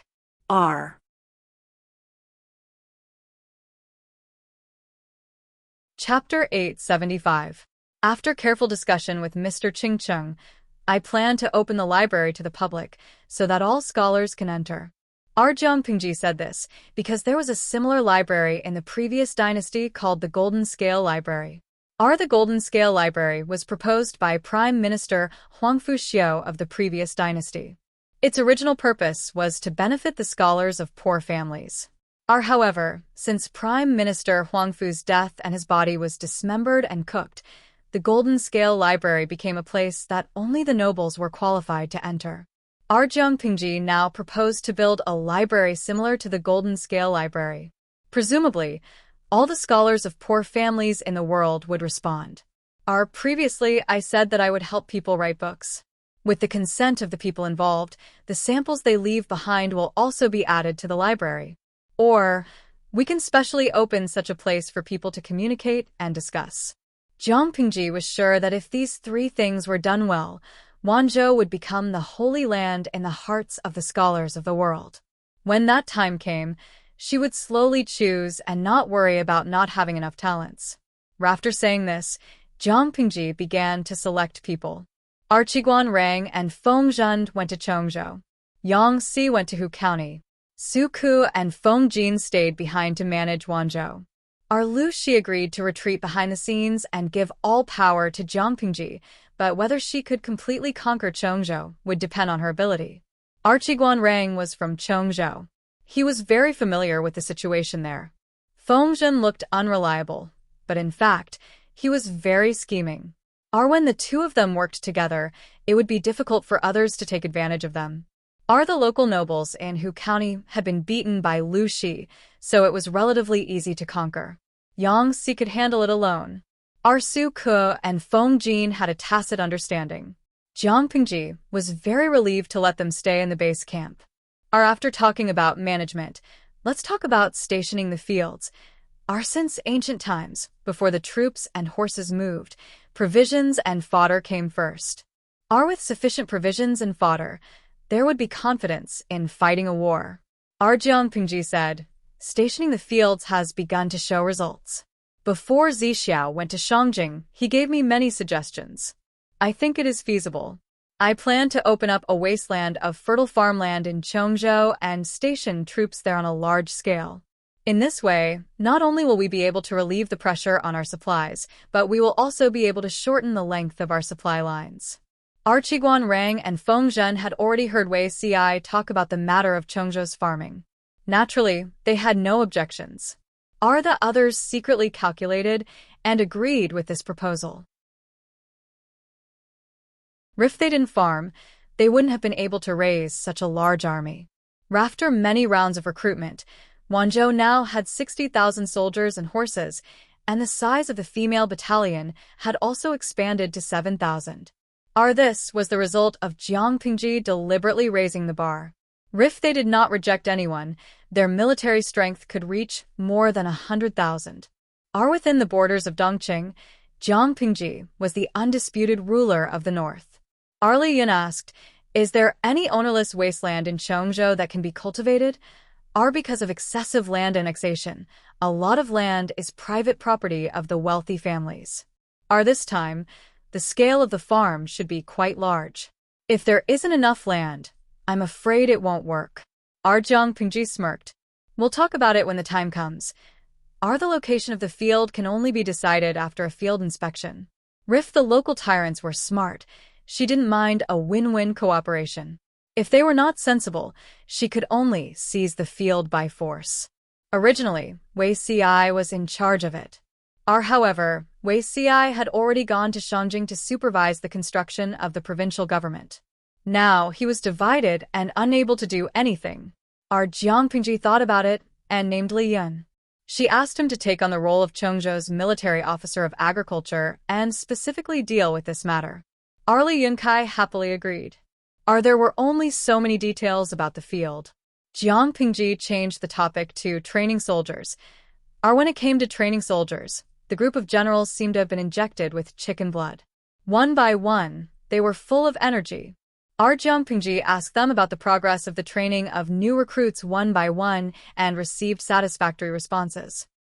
In 5 years at the latest, we will go to war with the northern borderline. Jiang Pingji started talking. The generals couldn't help but perk up their ears and listen attentively. They were afraid of missing a word. I think everyone is clear about the strength of the northern borderline's cavalry. They move quickly and deploy their troops flexibly, but they also have obvious disadvantages. I intend to take advantage of this disadvantage and specially train the army to restrain the cavalry. I have proposed this before, but the scale of the training is too small and the results are not great. Now, we will really implement this and officially divide the army. The northern borderline relies too much on the cavalry. The army is very monotonous. Their speed is indeed very fast, but they are not invincible. They also have fatal weaknesses.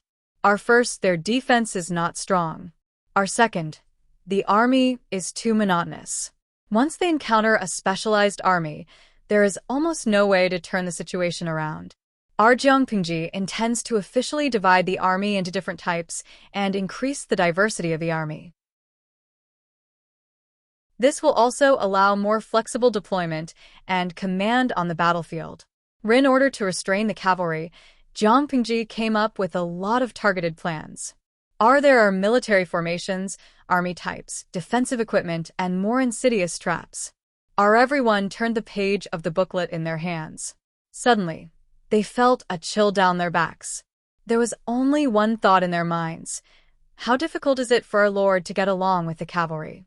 Looking at the content written by Jiang Pingji, they thought about it a little and couldn't help but break out in a cold sweat for the northern borderline cavalry. First, let's talk about military formations. The booklet drew a simple fish scale formation. The heavy infantry were to hold shields and spears and form a square formation similar to fish scales. Jiang Pingji had led more than 100 soldiers to sneak into Gemin Pass and break out of the encirclement. The military formation they used could be regarded as a small fish-scale formation. However, the northern borderline cavalry is mostly light cavalry in cloth clothes or rattan armor. They are very mobile. If the enemy is not surrounded, this kind of fish-scale formation is not very effective. Then there is the spear formation that everyone is more familiar with. The advantages of the spear formation are obvious.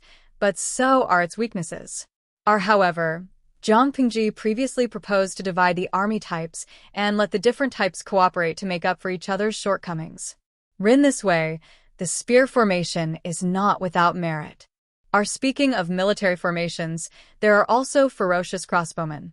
They use the improved crossbows that Jiang Pingji has improved several times before. Jiang Pingji's original troops all used the improved crossbows.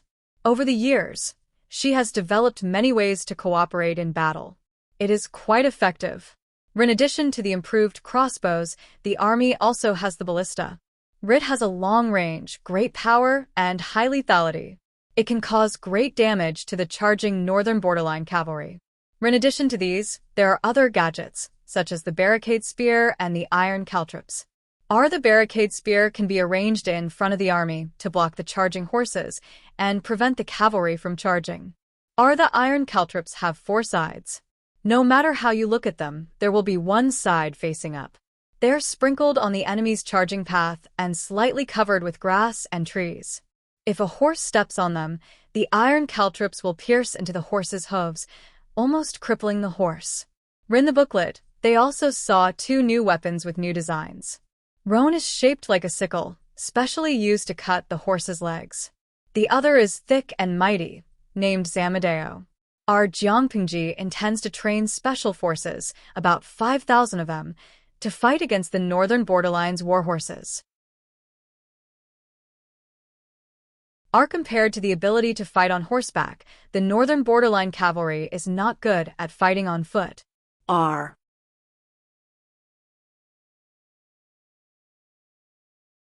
Chapter 876.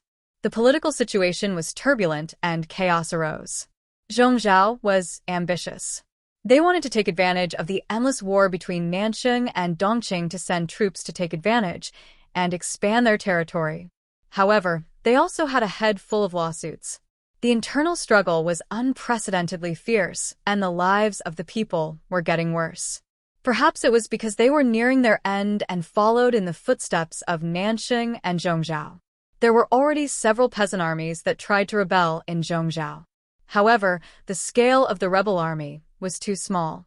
Before they could make any waves, they were brutally suppressed by the official army. The civil society was restless. The aristocratic families that had their own armies also had their own worries. There was a faint sign that the feudal lords were going to split. At this sensitive time, a shocking piece of news came out of the Zhongzhou palace. Empress Du was a wooden man who had turned into a demon. The ambitious feudal lords couldn't hold back and used this as an excuse to scold the current emperor for going against the grain and allowing a demon to harm the palace. They even spread the news. Who knew if the emperor, princes, and princesses in the palace were still human? This rumor spread quickly, and the already weakened imperial power was on the verge of collapse. Of course, the imperial family would never admit to this rumor and denied it. However, Empress Du was dead, and the behavior of the imperial family was suspicious. The people were more and more convinced of the rumors about the wooden demon. The emperor ordered that after Empress Du died, she was not allowed to enter the imperial mausoleum or enjoy offerings. He also took back the golden seals that Empress Du had used when she was conferred the title. Although he didn't say that she was abolished, this treatment was no different from abolishing her. Within Zhongzhou, who didn't know that Empress Du was favored by the emperor?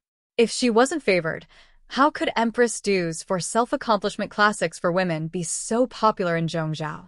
Now that Empress Du is dead, if there wasn't something fishy going on, why would the emperor treat the woman he once loved so cruelly?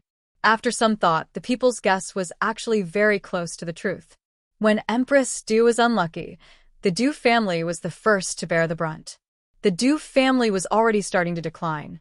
Who knew that the virtuous Empress Du would appear?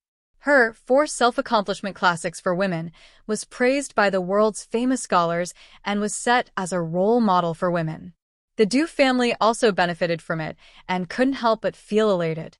Even their bones became a few pounds lighter. Now that their backer had fallen and they had offended many aristocratic families with heavy military power, they would sooner or later be dealt with by others. Therefore, this branch of the Du family did not have an easy time. When they were in the limelight, everyone wanted to bask in the limelight. When they were in dire straits, any Tom, Dick, or Harry could kick them when they were down. Faced with a huge difference in their situation, many of the Du clansmen started to complain about Empress Du. However, the descendants of Emperor Du were all dead, and their corpses were nowhere to be found. With nowhere to vent their anger, they could only vent their anger on Du Wunyang. Du Wunyang was Feng Jin's eldest brother, Feng Gui's first wife, the original Madame Feng Du. After her separation from Feng Gui, she was safely sent back to Zhongzhou. According to the increasingly abnormal atmosphere in Zhongzhou, as a woman who had been chased out by her husband's family, she should be caught and drowned. However, she had Feng Gui's permission to release her wife. The person who sent her back was also a trusted aide whom Feng Gui had carefully selected. After a series of struggles, Du Wunyang barely managed to keep her life. She was casually sent to a Buddhist hall by Madame Du to become a nun. Du Wunyang hated Feng Gui in her heart. She had been thinking about how to use her family's influence to exert pressure on Feng Gui and make him welcome her back on his knees. However, the cruel reality hit her hard. Not to mention using her family's influence, if Feng Gui had not sent his trusted aide to deal with Madame Du, she would have long been tied up and drowned. Even so, she had never felt a shred of gratitude or remorse. Du Wunyang learned from Empress Du's style of doing things. She used her opponent as a stepping stone to climb to the top, thus earning her virtuous reputation. Now that Empress Du had passed away and the Du clan was implicated, Du Wunyang, who was in the Buddhist hall, was naturally not having a good time. They did not want her life, but they sent female servants to humiliate her every day. They even made ugly male servants watch her being humiliated. According to the contents of the 4 self-accomplishment classics for women, Du Wunyang should have committed suicide to protect her reputation. However, just as Feng Gui had mocked, she had always been strict with others and lenient with herself. Her life was so important, how could she give it up so easily? She could use the 4 self-accomplishment classics for women to restrain others and suppress her opponents, but she would never use it to punish herself. Du Wunyang was in dire straits, but her ex-husband, Feng Gui, was unexpectedly blessed. Ever since Shangyang County was taken over by Jiangpingji, the lives of the people in the county were guaranteed. Feng Gui finally did not have to be so busy that he could not return home. When he had more free time, he would devote himself to reading. Occasionally, he would go out to visit friends and participate in scholarly gatherings and poetry gatherings. He personally taught his 2 children how to read. With Du Wunyang as an example, Feng Gui personally asked about his 2 children's daily lives. One day, he had just returned from outside. There was already someone waiting for him outside the manor. Feng Gui was secretly surprised. He followed the person to see his father, Feng Ren. Huaizhang, come over and take a look at this.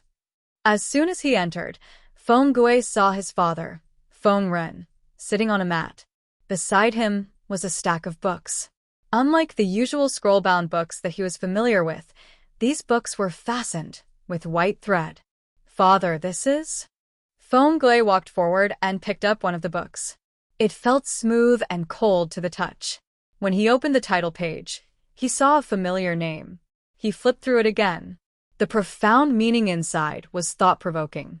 Feng Gui came from a noble family that had been passed down for close to 1,000 years. After many years of accumulation, the family had a collection of more than 100,000 books. Feng Gui didn't dare to say that he had read all of them, but he had some impression of them. However, he was completely unfamiliar with the books in his hands. In other words, it was highly possible that these books were newly published. The newly published books even used expensive paper. It was extremely extravagant. They were sent here from Wanzhou not long ago, Feng Ren said. Second brother gave them to you? Feng Gui was the first to think of his younger brother. Feng Ren shook his head and said, That's not the case. These were given to me by the Wanzhou magistrate, Lu Shi. Not only do I have them, but other famous scholars also have them. When Feng Gui heard this, his expression cracked. Not to mention the contents of the books. Just the paper alone was worth no less than 200,000 strings of coins. Even if Lu Shi owned a paper-making workshop and was very wealthy, he couldn't afford to squander like this, could he? Gifting one set wasn't enough, and he even gave it to other famous scholars. Feng Ren said, "Take a look at the contents." Feng Gui did as he was told and read carefully. Not long after, he was fascinated. Feng Ren snorted and said, "Lu Shi played a very big game of chess. The bait he threw out was too tempting." Feng Gui agreed with him. He could see clearly that the potential value of this set of books was immeasurable. Feng Ren threw another bomb at Feng Gui, causing him to be at a loss for what to do. The Wanzhou magistrate, Lu Shi, not only generously gifted books, but he also generously expressed his willingness to write books for the world's scholars, Feng Ren said. "Do you still remember the Golden Scale Pavilion of the previous dynasty?" In his letter, Lu Shi mentioned that he wanted to rebuild the Golden Scale Pavilion and provide it to the world's poor scholars for free. "Currently, only I have received this letter. The others have only received books." Feng Gui lowered his gaze and said, "Lu Shi, this is."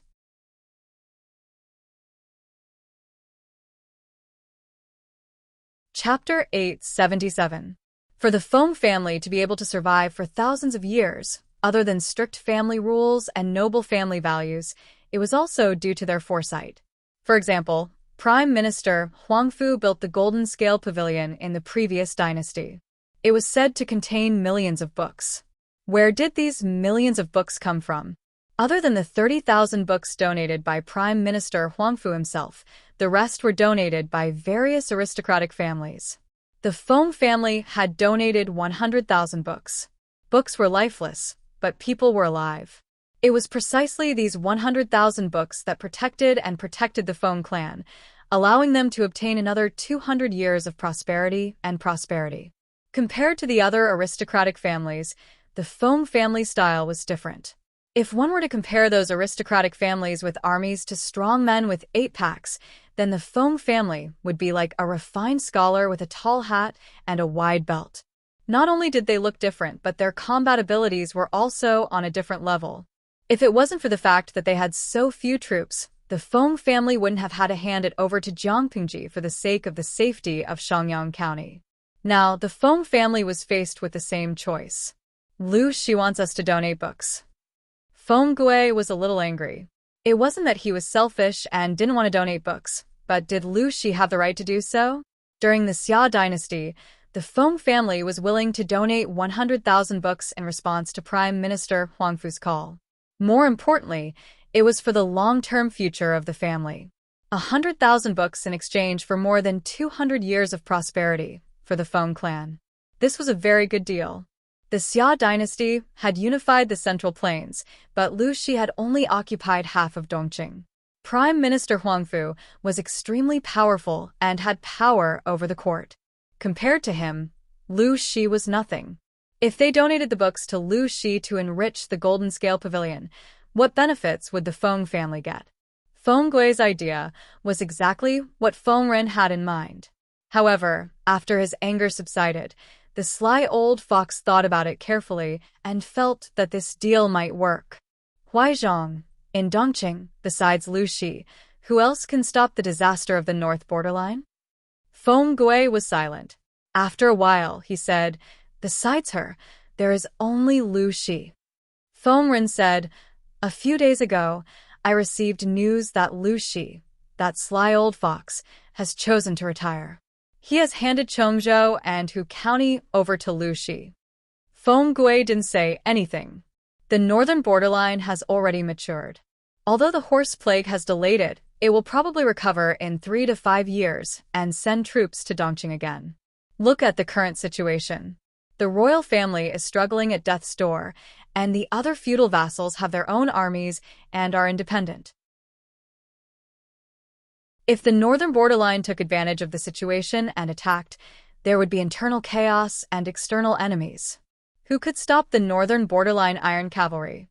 The Feng clan had been rooted in Shangyang County for generations.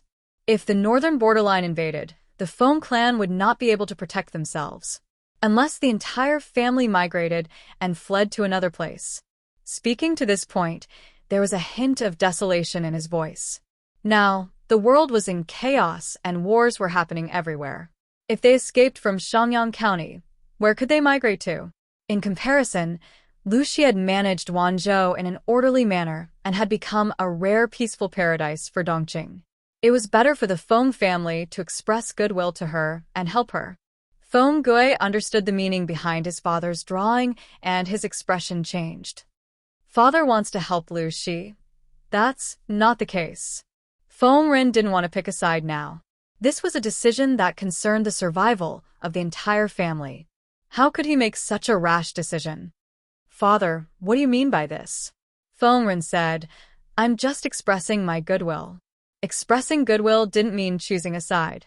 Strictly speaking, the Feng clan and Jiang Pingji had common interests. The stronger Jiang Pingji's power grew, the safer the Feng clan would be. Moreover, Feng Jin was Jiang Pingji's trusted confidant. With such a relationship, the two could be considered as natural allies. I want to bring the 10,000 books to Luxi first. Saying this, Feng Ren pointed at the set of beginner's textbooks. These books are very suitable for children to learn.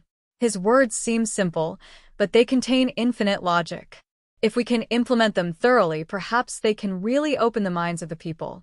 The Feng clan wasn't without ambition, but their ambition was different from other clans. As a rare millennium-old aristocratic family, they only had one goal: to continue the family line. While the other aristocratic families were desperately gathering wealth, oppressing the people, and searching for treasures, the Feng clan adhered to their ancestral rules. They didn't fight or plunder, didn't touch military power, didn't make enemies everywhere, and didn't provoke resentment from the people by force or trickery. They wholeheartedly guarded the cultural wealth their ancestors had accumulated. Before the Xia dynasty was established, there was a chaotic era of 16 kingdoms that lasted for hundreds of years. How many prominent clans were destroyed at that time? Only the Feng clan of Shangyang remained standing, even though Shangyang County had changed hands several times. After all, the millennium-old aristocratic families and the new nouveau riche had different ideologies. Feng Ren said, I'll go take a look. It'll be a pity to miss such a good opportunity. Not to mention other things, just the set of books in front of him was enough to push Qing Cheng to the top ranks of famous scholars. Before this, how many people had heard of Qing Cheng's name? The cake was only so big. No matter what, the Feng clan had to take a bite or two. If Luxi was the final winner, this investment was definitely the best choice Feng Ren had made in his life. At the same time, many famous scholars in Dongqing also received this set of beginner's textbooks. Some people scoffed, but when they saw the names on the title page, they also felt jealous. Some people were so shocked that they couldn't wait to sleep with these books every day. At the same time, they used their connections to inquire about Luxi and the others. The topic was highly discussed, and so was its popularity. The names of Qing Cheng and the others often appeared in big and small gatherings of famous scholars. Overnight, they became famous all over the world. After the public opinion fermented for a while, another piece of heavy news came crashing down. Write books and become famous immediately. How many scholars dreamed of this? This was a shortcut for countless famous scholars to further promote their literary names. The ancient times were not the modern times, where one could publish a book by spending tens of thousands of dollars. If one wanted to publish a book in the ancient times, one could not afford it even if they had a lot of money. Jiang Pingji's popularity was already very high. Now that such a big piece of news was revealed, people yearned to go to Wanzhou. This was not the end. When the news of Wanzhou investing money to rebuild the Jinling Pavilion spread, many aristocratic families looked at it coldly. The poor children were so excited that they could not control themselves. Jiang Pingji knew that this move would attract many talents, but she never thought that she would catch such a big fish. It was no longer a river fish. It was clearly a whale. Greetings, Master. Hearing that there was an ancient person visiting, Jiang Pingji was stunned for a moment. She immediately asked someone to invite him to the main hall. Seeing the person, Even someone as calm as Jiang Pingji could not help but be shocked. She came back to her senses and quickly bowed to the person. The hale and hearty Master Yuanjing smiled and helped her up. He said gently, "Times are different now. Magistrate Liu is too polite. A teacher for a day is a father for life. It is my duty for a student to bow to a master." Jiang Pingji quickly adjusted her emotions, but her heart was still in turmoil. She never thought that she could catch such a big fish like Master Yuanjing. Wasn't this person unintentionally involved in the fight for the dukes? Was he wholeheartedly focused on guarding the academy and educating people? Now that he appeared in front of her, how could she not be surprised? Surprise. Surprise.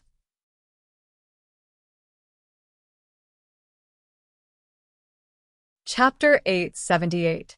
It turned out that Jiang Pingji had good taste. Master Yuanjing didn't come to help her. He was just interested in the beginner's teaching materials. She wasn't surprised by the result. Master Yuanjing was a highly respected teacher in Dongqing. He had taught many students for decades and had accumulated a wealth of teaching experience. With him, the value of the beginner's teaching materials would reach another level. It would be accepted and recognized by more people. If she spread the news that Master Yuanjing was coming to Wanzhou, it would attract more students to gather in Wanzhou. However, Jiang Pingji had to suppress the tempting idea to avoid Master Yuanjing's dislike. He wasn't willing to intervene in the battle between the feudal lords, so she couldn't make a decision on her own.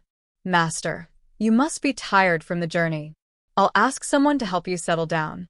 After the small talk, Jiang Pingji saw that Master Yuanjing looked tired. She asked with concern, "Master, you came from Langyi County. It's a long journey. Why didn't you bring more people to serve you?" "I don't care about those things. Why would I need so many people to serve me?" Mr. Yuanjing smiled and said, "If I were 10 years younger, I would be able to travel alone. Now that I'm old, I've become a burden." Needless to say, when Master Yuanjing was young, he was also a ruthless person who fought along the way. He might be amiable now, but when he was young, he killed a few bandits. As they were talking, there were unfamiliar footsteps approaching. Jiang Pingji looked in the direction of the sound and saw a slightly plump young man standing outside. Seeing Jiang Pingji look at him, the young man was stunned. He immediately bowed respectfully. Jiang Pingji smiled. "Senior Zuda, long time no see. Why are we so distant?" The young man's surname was Tang. His first name was Yao. His courtesy name was Zuda. He and Jiang Pingji had a bad relationship. Back in the day, they had a conflict at Jishan Hot Spring in Shangjing. Tang Yao stood up for two playboys who had offended Jiang Pingji. Of course, the conflict ended with Jiang Pingji's victory. Master Yuanjing even reprimanded Tang Yao. Later, Jiang Pingji went to Langyi to study. Tang Yao didn't like her. Although he didn't deliberately cause trouble, he always treated her coldly. Jiang Pingji realized that he meant no harm, so she did not take it to heart. In Jiang Pingji's memory, Tang Yao was a young man born in a gentry family. He was proud of his family background and bloodline, and he worked hard to protect this honor. From Tang Yao's point of view, Jiang Pingji was a weirdo in the circle of the gentry. Looking at it that way, it made sense that Tang Yao did not like Jiang Pingji. Tang Yao stood outside, hesitating to enter. The expression on his face was slightly stiff, and he did not dare to make eye contact with Jiang Pingji. Master Yuanjing found it funny and called out, "Zuda, come here." Tang Yao hesitated for a moment, but he did not dare to disobey his master's order. He walked steadily to Master Yuanjing's side and sat down. "Master?" Tang Yao bowed to Yuanjing, then turned to Jiang Pingji and said, "Magistrate of Liuzhou." Jiang Pingji smiled. "I haven't seen you for a few years." Senior Zuda has become more mature. After saying that, Tang Yao's expression slightly twitched, but he didn't dare to refute. Master Yuanjing smiled and said, "Don't blame Zuda." He was shocked too. Surprised? It couldn't be. Was her face really that ugly? Master Yuanjing smiled and explained, "A few months ago, I received news that Lanting is a girl." Zuda refused to believe it, and insisted that it was slandered by others. Now that he saw Lanting in person, how could he not be shocked? Although she's a girl, she's still better than thousands of men. I see. In that case, it's my fault. Jiang Pingji recalled the 3 years she spent studying in Langyi County and could not help but laugh. There were probably many people who were as confused as Tang Yao. She studied in Langyi for 3 years. She thought she studied seriously, but in the eyes of others, she was still a model of ignorance and incompetence. There were even people who said she was a libertine who slept with prostitutes and secretly spread the rumor that she impregnated an unknown prostitute. Although it was a groundless rumor and there was no concrete evidence, it could be indirectly proved that Jiang Pingji's reputation in Langyi was not good. Even though Jiang Pingji had left Langyi, many places still spread her legend. When Jiang Pingji's identity was revealed, those people's faces were slapped swollen. She was a girl. No matter how much she slept with prostitutes, it was impossible for her to impregnate someone. As for the rumor of heartless men abandoning good girls, it was even more unfounded. The few people who liked to smear her reputation kept quiet out of fear and closed their doors. Master Yuanjing said, "You have your own difficulties. How can I blame you? If there were no difficulties, who would hide their true identity for more than 10 years? Jiang Pingji smiled noncommittally. To facilitate the academic exchange between Master Yuanjing and Cheng Cheng, Jiang Pingji moved Master Yuanjing's residence near the latter. Just as Jiang Pingji had guessed, Master Yuanjing did not get involved in the government affairs of Wanzhou. Tang Yao, who was by Master Yuanjing's side, also behaved himself. He accompanied Master Yuanjing to visit Cheng Cheng every day. As soon as the two academic education maniacs met, it was as if the heavens had struck and the earth was on fire. The scene of the collision of ideas was like sparks and lightning. Every time the two of them talked excitedly, they would always forget to eat and sleep, as if they regretted not meeting each other earlier. Jiang Pingji gave a set of 21 beginner teaching materials, but in Master Yuanjing's eyes, something was still missing. Cheng Cheng respected the big shot in the educational world. If Master Yuanjing said something was missing, there must be something missing. However, the two discussed for a few days, but they could not grasp the inspiration. Until Jiang Pingji visited them by chance. She heard Master Yuanjing and Cheng Cheng's doubts and said carefully, "The 6 skills of a gentleman are divided into rites, music, strategy, mathematics, calligraphy, and archery. The soldiers in the military camp are divided into different categories, such as infantry, cavalry, archers, and crossbowmen, so on and so forth. The beginner teaching materials naturally have to be carefully classified to differentiate the difficulty from easy to difficult. If all the content is mixed up and taught to the students at the same time, it will be too complicated. Secondly, even the teachers can't distinguish which students are good at. If they can't even distinguish this, how can they teach in accordance with their aptitude?" Master Yuanjing and Cheng Cheng were suddenly enlightened. They seemed to have broken through a bottleneck. Countless inspirations burst forth in their minds. The two of them gathered together and got busy again. They were so engrossed in it that they forgot everything else. They directly put Jiang Pingji aside. Jiang Pingji was speechless. Seeing the strange glint in their eyes, she secretly broke into a cold sweat for the students who would use the teaching materials in the future. No one paid attention to Jiang Pingji. She stayed for a while and was ready to leave. Tang Yao stood up to send her off. Tang Yao deliberately lagged behind and followed behind Jiang Pingji. Before entering the door, Tang Yao said, "Magistrate Liu, I have a question." Jiang Pingji stopped and looked at Tang Yao. "Senior Brother Zuda, please ask away. You're tuning in to the Dreamy Chapters YouTube channel. We're so grateful for your support, and don't forget to subscribe to join us on this incredible journey through captivating stories. Your generosity through donations truly makes a world of difference, as it's the primary source of revenue that allows me to expand and enhance this channel for you. Thank you from the bottom of my heart for being a part of this adventure.